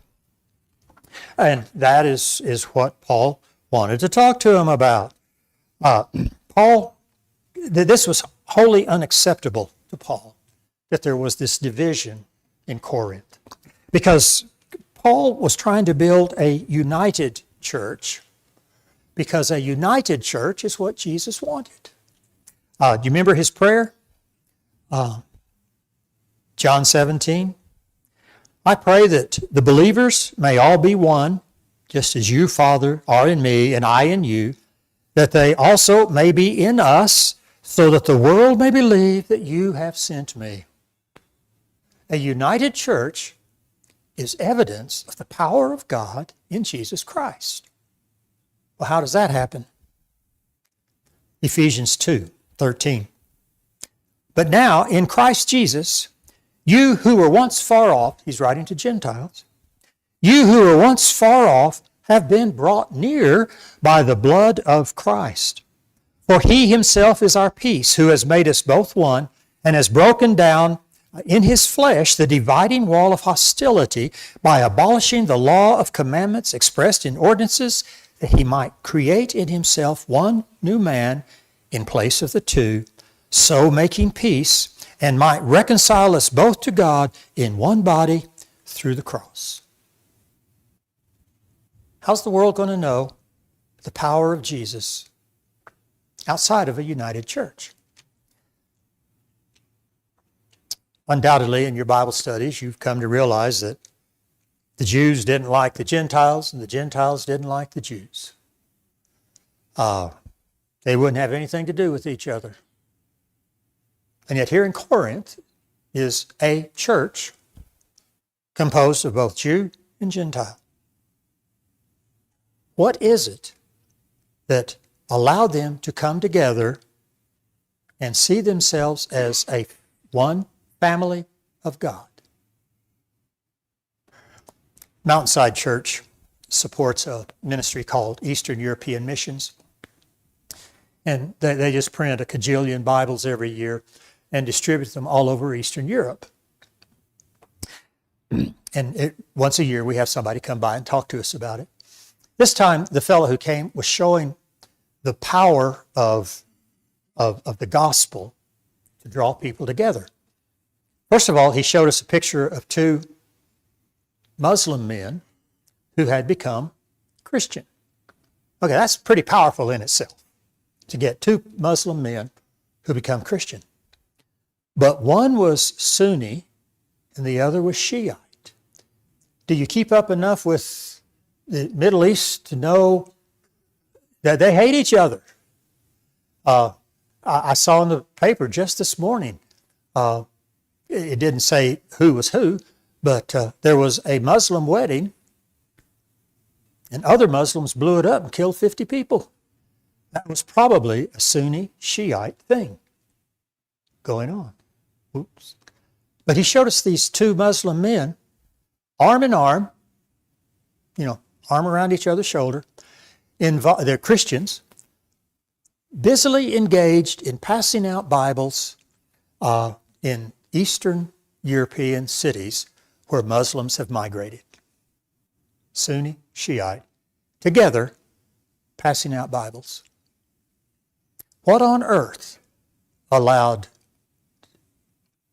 two Muslims to come to Christ, and then two new Christians, Sunni and Shia, coming together?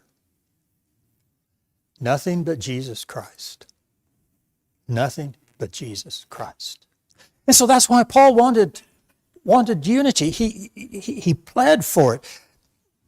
A divided church makes light of the prayer of Jesus. A divided church nullifies the purpose of Jesus, which is to bring people together. So, Paul addressed the problem. Okay. Notice how he did it. First of all, he recognized the Christians as people of God and as brothers and sisters in Christ. The first few verses of 1 Corinthians, Paul's standard greeting. Okay, he already knows the problems. They don't come to him between verse 9 and verse 10. He already knows the problems. He knows they're fighting. He knows they're dividing. And he knows it's wrong.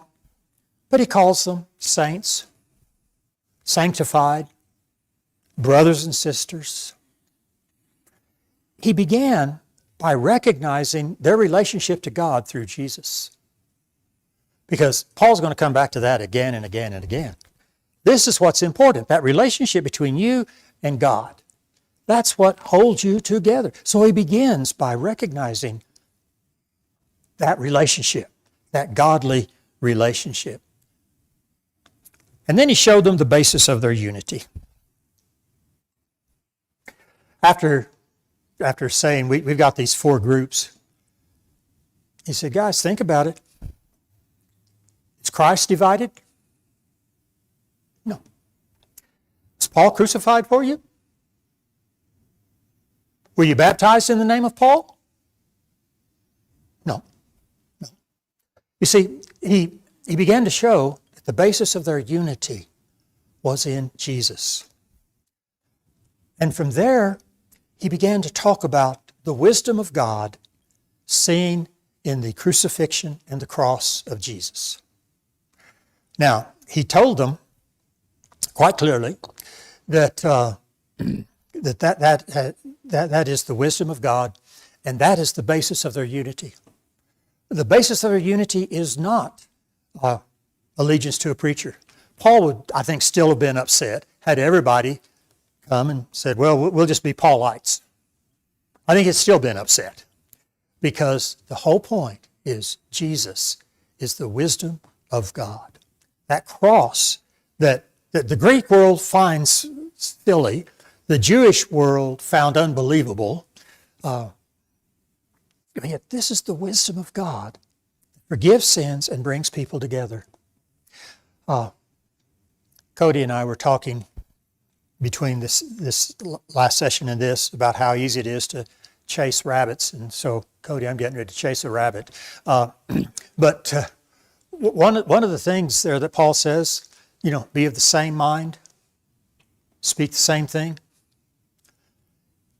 So many have taken that verse to mean, okay, here's what I speak, now you speak the same thing, and we'll be united.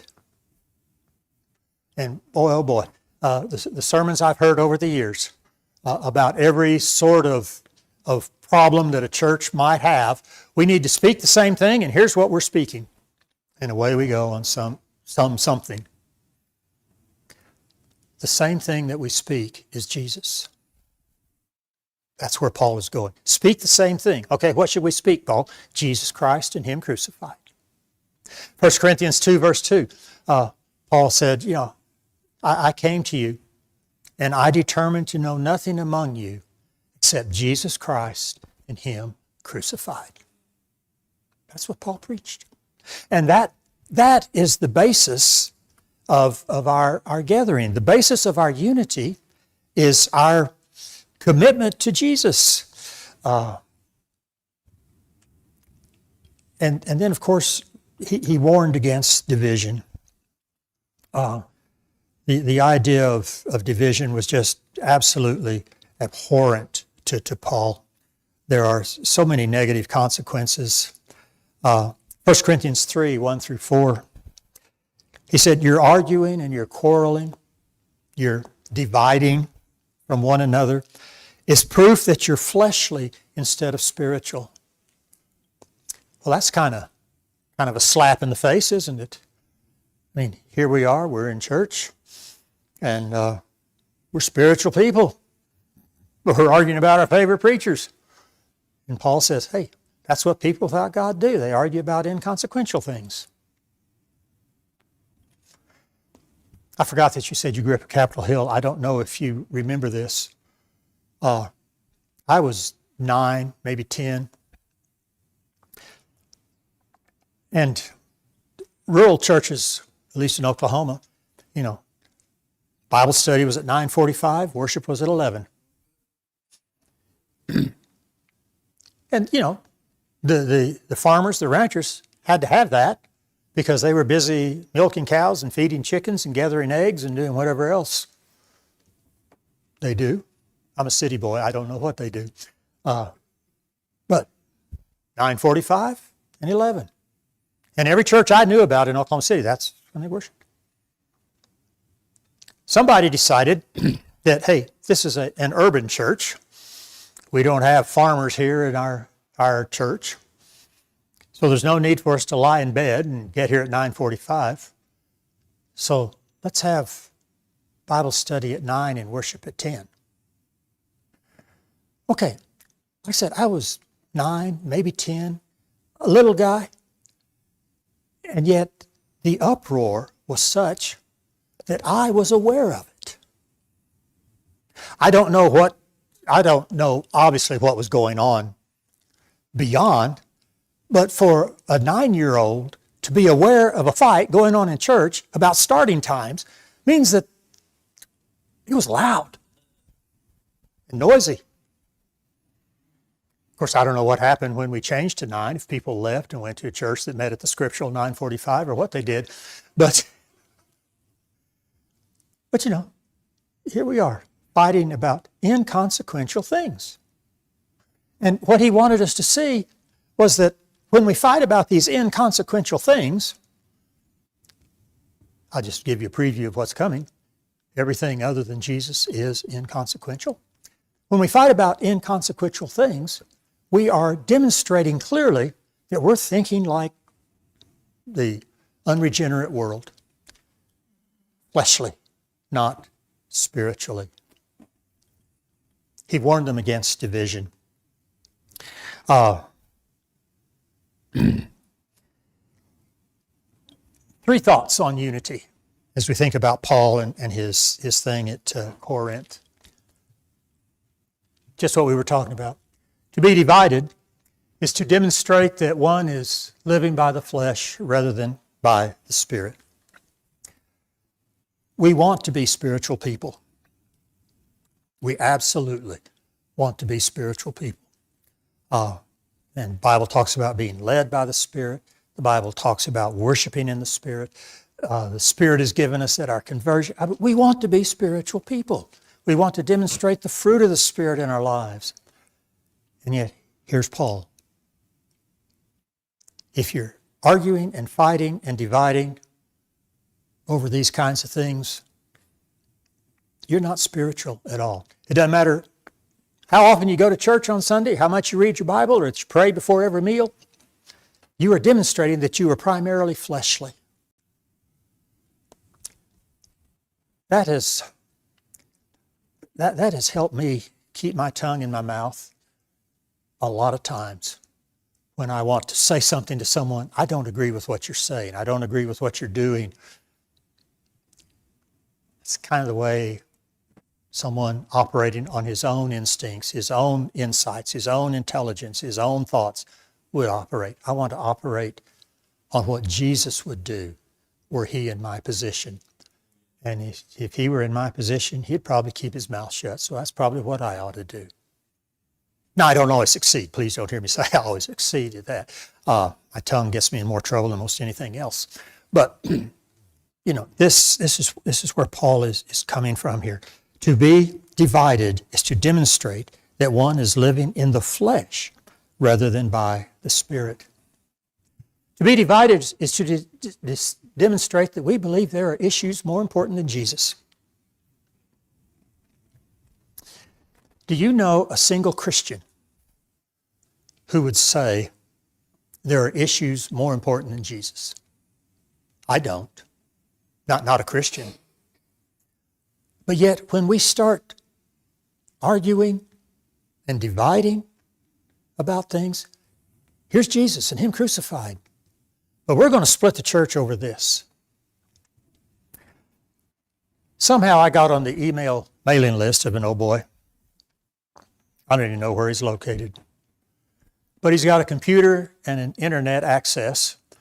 And so he writes this monthly paper demonstrating everything that's wrong with what he calls mainstream churches of Christ.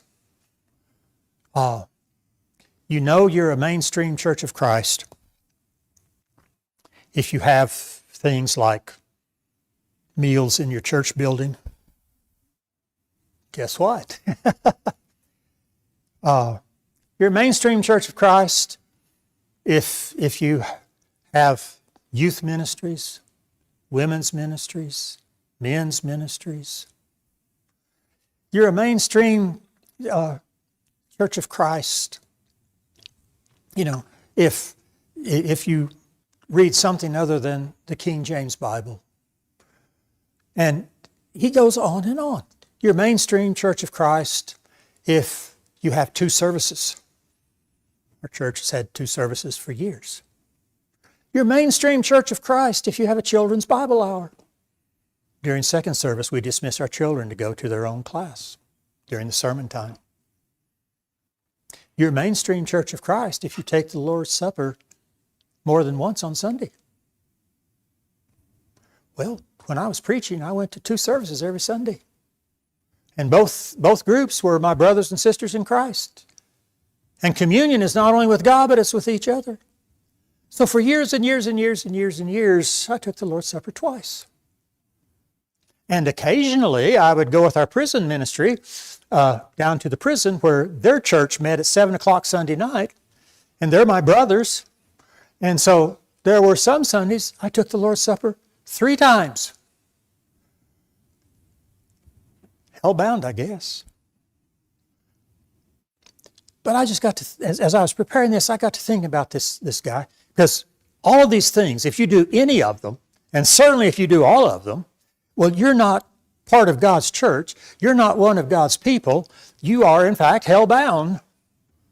And you don't belong with the true church of Christ. Or maybe that's the only true church of Christ. Anyway. And I thought, I wonder if someone asked him, do you believe the issue, it's an issue in his mind, do you believe the issue of taking the Lord's Supper twice every Sunday is more important than the issue of believing that Jesus is God's Son? I don't know how he would answer. His actions demonstrate, yes, this is more important than Jesus. Because if you take the Lord's Supper twice every Sunday, then you're hell-bound. And then only those of us who believe in Jesus and take the Lord's Supper only once, we're going to heaven. Do you see how these things we argue about and divide about? What we're doing is saying this issue over which we're dividing is more important than Jesus and unity in Him. And that's just wrong. I'm moving now. Someone said that I've quit teaching and started meddling. These things we argue about, whatever they are, and it doesn't matter what they are, we are saying, in essence, this is more important than Jesus and unity in Him. And there's not a one of us who is going to consciously say that. We know better than to consciously say that. But boy, sometimes our actions betray us, don't they? It's easy to slip into that worldly way of thinking. I've got to show, I've got to prove that I am right. To be divided is to stand in opposition to God and His will. Eddie mentioned context earlier, and context is so important in everything you read. 1 Corinthians 3, 16 and 17. Verses we've all heard. Do you not know that you are God's temple and that God's Spirit dwells in you? If anyone destroys God's temple, God will destroy him, for God's temple is holy and you are that temple. Okay, we've heard that. Heard sermons preached about that. But the context, he's just been talking about the divisions in the church. And he's talked about how it separates people, it denies the unity of Jesus, it denies the purpose of Jesus. Talking about you're splitting up, you're dividing. And then he says, don't you know that you're God's temple and God's Spirit dwells in you? Okay, who's he talking to? He's talking to the congregation. If he were Texan, he would have said, don't y'all know that you're God's temple? You are God's temple. And God's Spirit dwells in you. But if anyone destroys God's temple, he's still talking about you. If anyone destroys, let's put in the word divides. If anyone divides God's temple, if anyone destroys God's temple by arguing about these things that are ultimately inconsequential, God will destroy him. For God's temple is holy, and you are that temple. Does that frighten you? It does me. Because, not proud of it, but I have been in those church situations where I have argued vehemently for my position, while someone else was arguing vehemently for his position. And yet, neither one of those things had anything to do with Jesus. And in our arguing, we were in effect splitting God's temple, dividing God's temple, destroying God's temple, and setting ourselves up for destruction. The older I get, the more I value the unity of God's people. And again, it's not about uniformity. Uniformity is not the same thing as unity. My daughter was a flutist in high school, and apparently in 1974, God decided to send a whole bunch of flutists to the world because the whole front line of the La Cueva band, there were about, I think, 18 of them, the whole front line were little girls playing flute. I can pick my daughter out of any crowd except that front line because they were all between 5 feet and 5'2". They all had on the same uniform. They had their hair stuffed up into their hats. They're marching in line together. They were uniform. But they were different. They were not. Their uniformity did not guarantee their unity. God does not call us to be uniform. We used to have an elder, he'd get into an elders meeting. He'd say, we can make this meeting real short. How's that, Dan? Do what I say. Yeah. You guys ever feel that way, John? Yeah, you don't? Okay. Well, we did in our church. But, no, uniformity is not the same thing as unity. And Paul was seeking unity among his people. Okay. So how does that come? I've thought about this lesson from the get-go, and not even real sure I want to finish what I wrote down.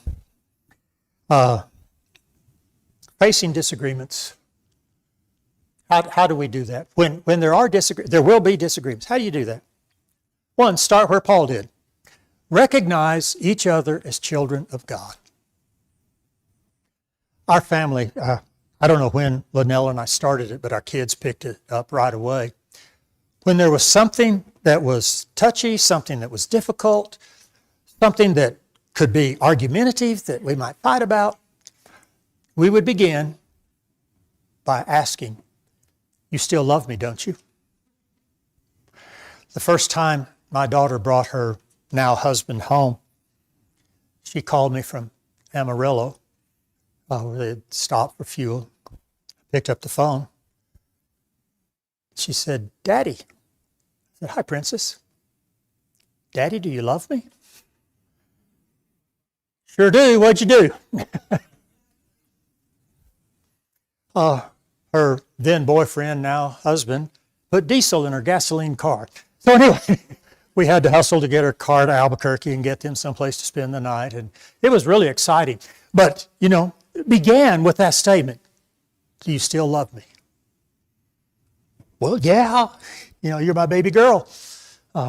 Irritates her. She's 49. I still call her baby girl.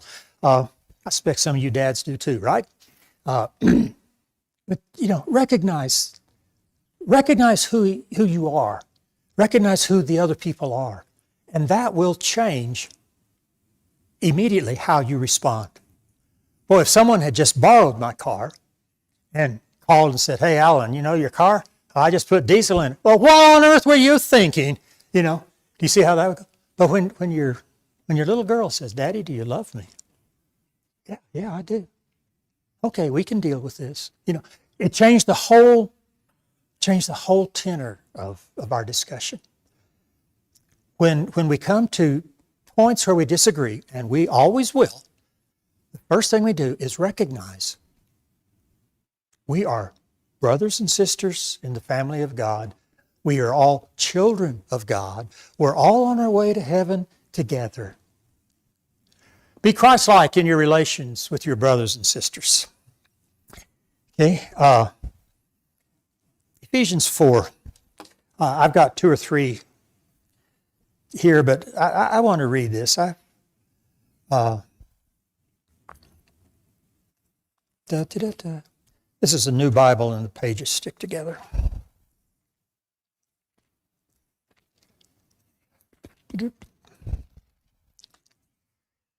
Ephesians 4:31-32. Let all bitterness and wrath and anger and clamor and slander be put away from you, along with all malice. Be kind to one another, tender-hearted, forgiving one another in God, as God in Christ forgave you. Okay, two things. One is the negative. Put away the clamor, the slander, the backbiting, the insulting. Put away all that. That has no place in the life of a Christian. It just doesn't. That's where, I've struggled, to keep my tongue in my mouth and just let some things go. Because if I open my mouth, something's going to be said that I'm going to regret. Is that easy to do? Nope. You probably would agree with me on that. Put away all this slander and anger and then forgive one another as God has forgiven you. Sometimes that's hard, to forgive one another as God has forgiven you.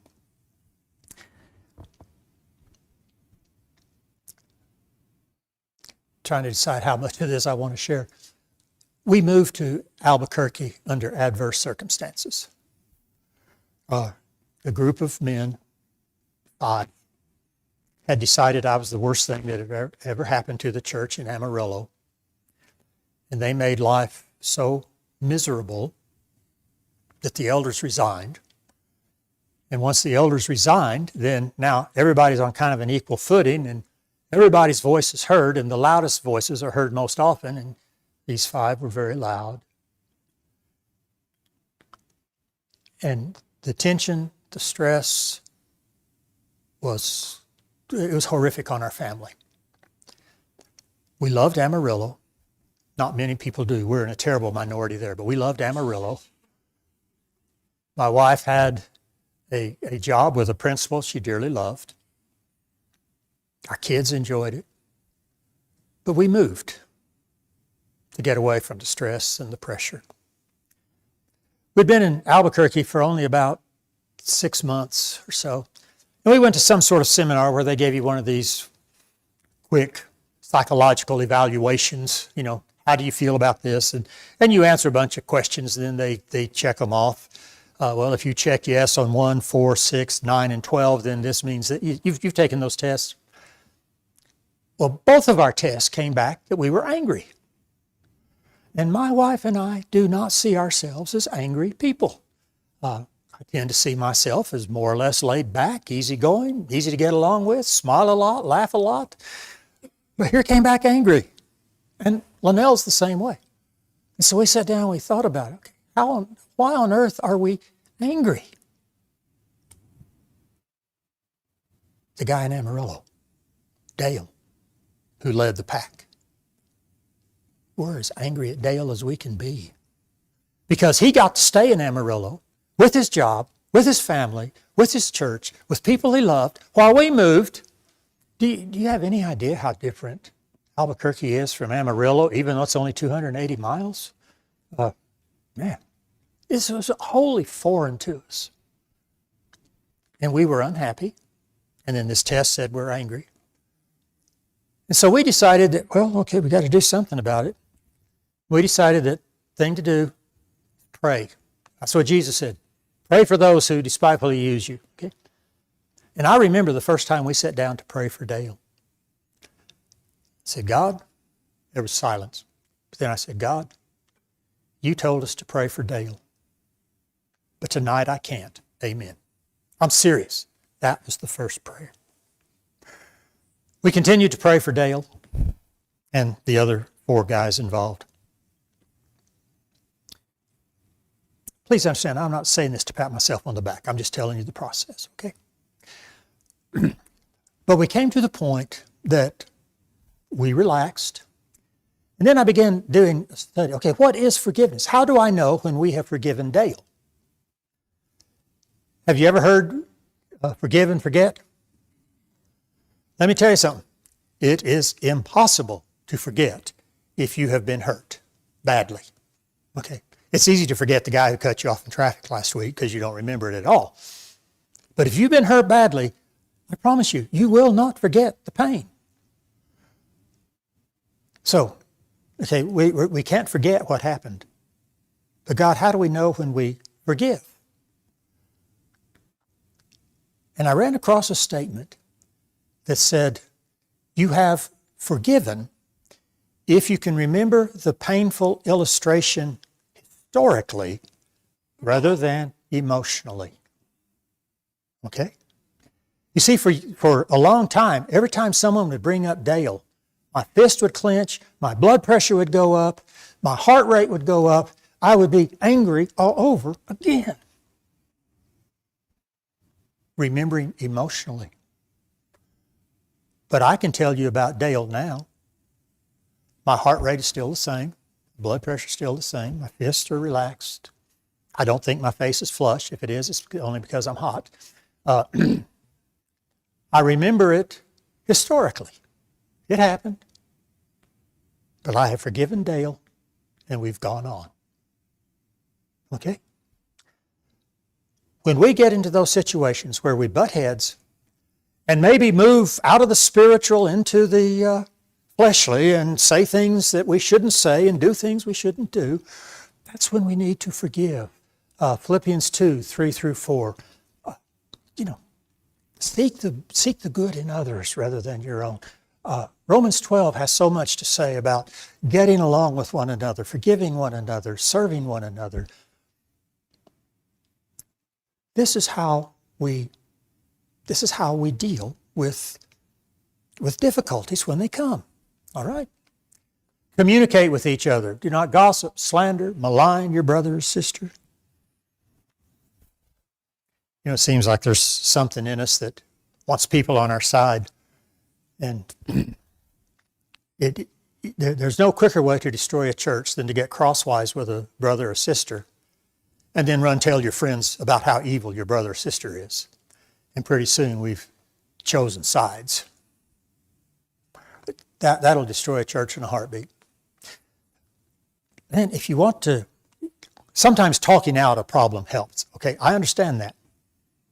But God has given you shepherds who will listen.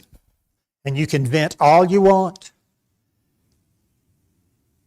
And I'm pretty safe in saying that it will not leave the elder's room when you do that. I know at Mountainside, people have said things to us that curl your hair. But they've stayed right there. And the church has not been involved, and the stresses of division have not come. So, make sure you communicate with each other, talk to each other. Never forget, Jesus is more important than any problem, any issue that might arise. And then sometimes the hardest of all, you do not have to win. I told you earlier that I've been on a crusade for 40 years. I've given it up. But, let's do away with deacons and let's just have ministry leaders. That's not going anywhere. The elders made it very clear we're not going that direction. Guess what? I don't have to win. I don't have to win. I can still be God's child. I can still teach the Word as I understand it, as God reveals it to me through His Spirit. I can still do lots and lots and lots of really neat things without winning every battle that comes around. When I started preaching full-time, 1970, that was right at the very end of the debating age. Preachers used to have these debates, and they had all the answers to all the questions. And so here I am, I'm 21 years old and moving to my first church in Arkansas, and I've got to have all the answers to all the questions. And I don't have all the answers to all the questions. I don't even know all the questions.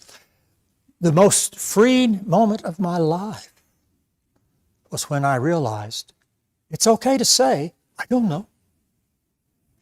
It's okay to say, I don't know. I don't care if I win or not. We're going to be brothers and sisters in Christ, and we are going to unite as a body, and we are going to share Jesus with the community in whatever vision and mission we have. So, now I really did talk all afternoon long. Do you have any comments or insights or questions that you'd like to ask about this? I want you to know that I spent a lot of time on this one because church disagreements are no fun. We had one in Albuquerque where two guys said, we want to talk to a couple of the elders. So two elders agreed, yeah, we'll talk to you after church Sunday. Two guys. The wife of one of those elders came to me, came by my house Sunday night, in tears. Do you have any idea what they're doing to my husband? None whatsoever. I raced back up to church. Turned out there were 22, 24 guys beating, not physically, but beating on this man because we had begun showing our music on slides instead of using the hymnals.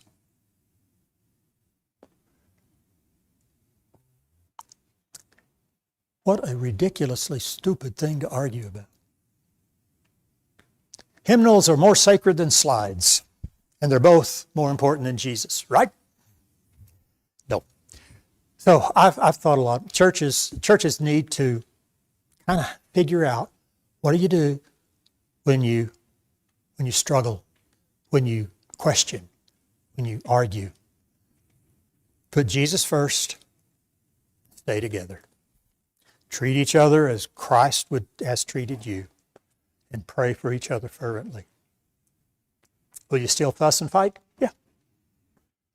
My wife and I don't fuss and fight nearly as much as we used to. After all these years, we kind of figured out where the buttons are, and we avoid them. Don't push them. But, yeah, it's part of who we are as humans. We will have these disagreements. For goodness sake, don't let them divide you. Father, thank you for letting me have this day with these good people. I enjoyed being here last year with them for a month. I have enjoyed being with them here today for this time. I pray that you would bless us this evening.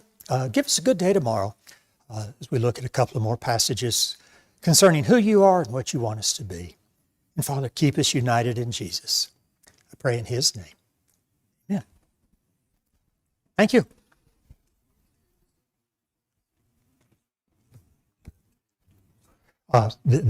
The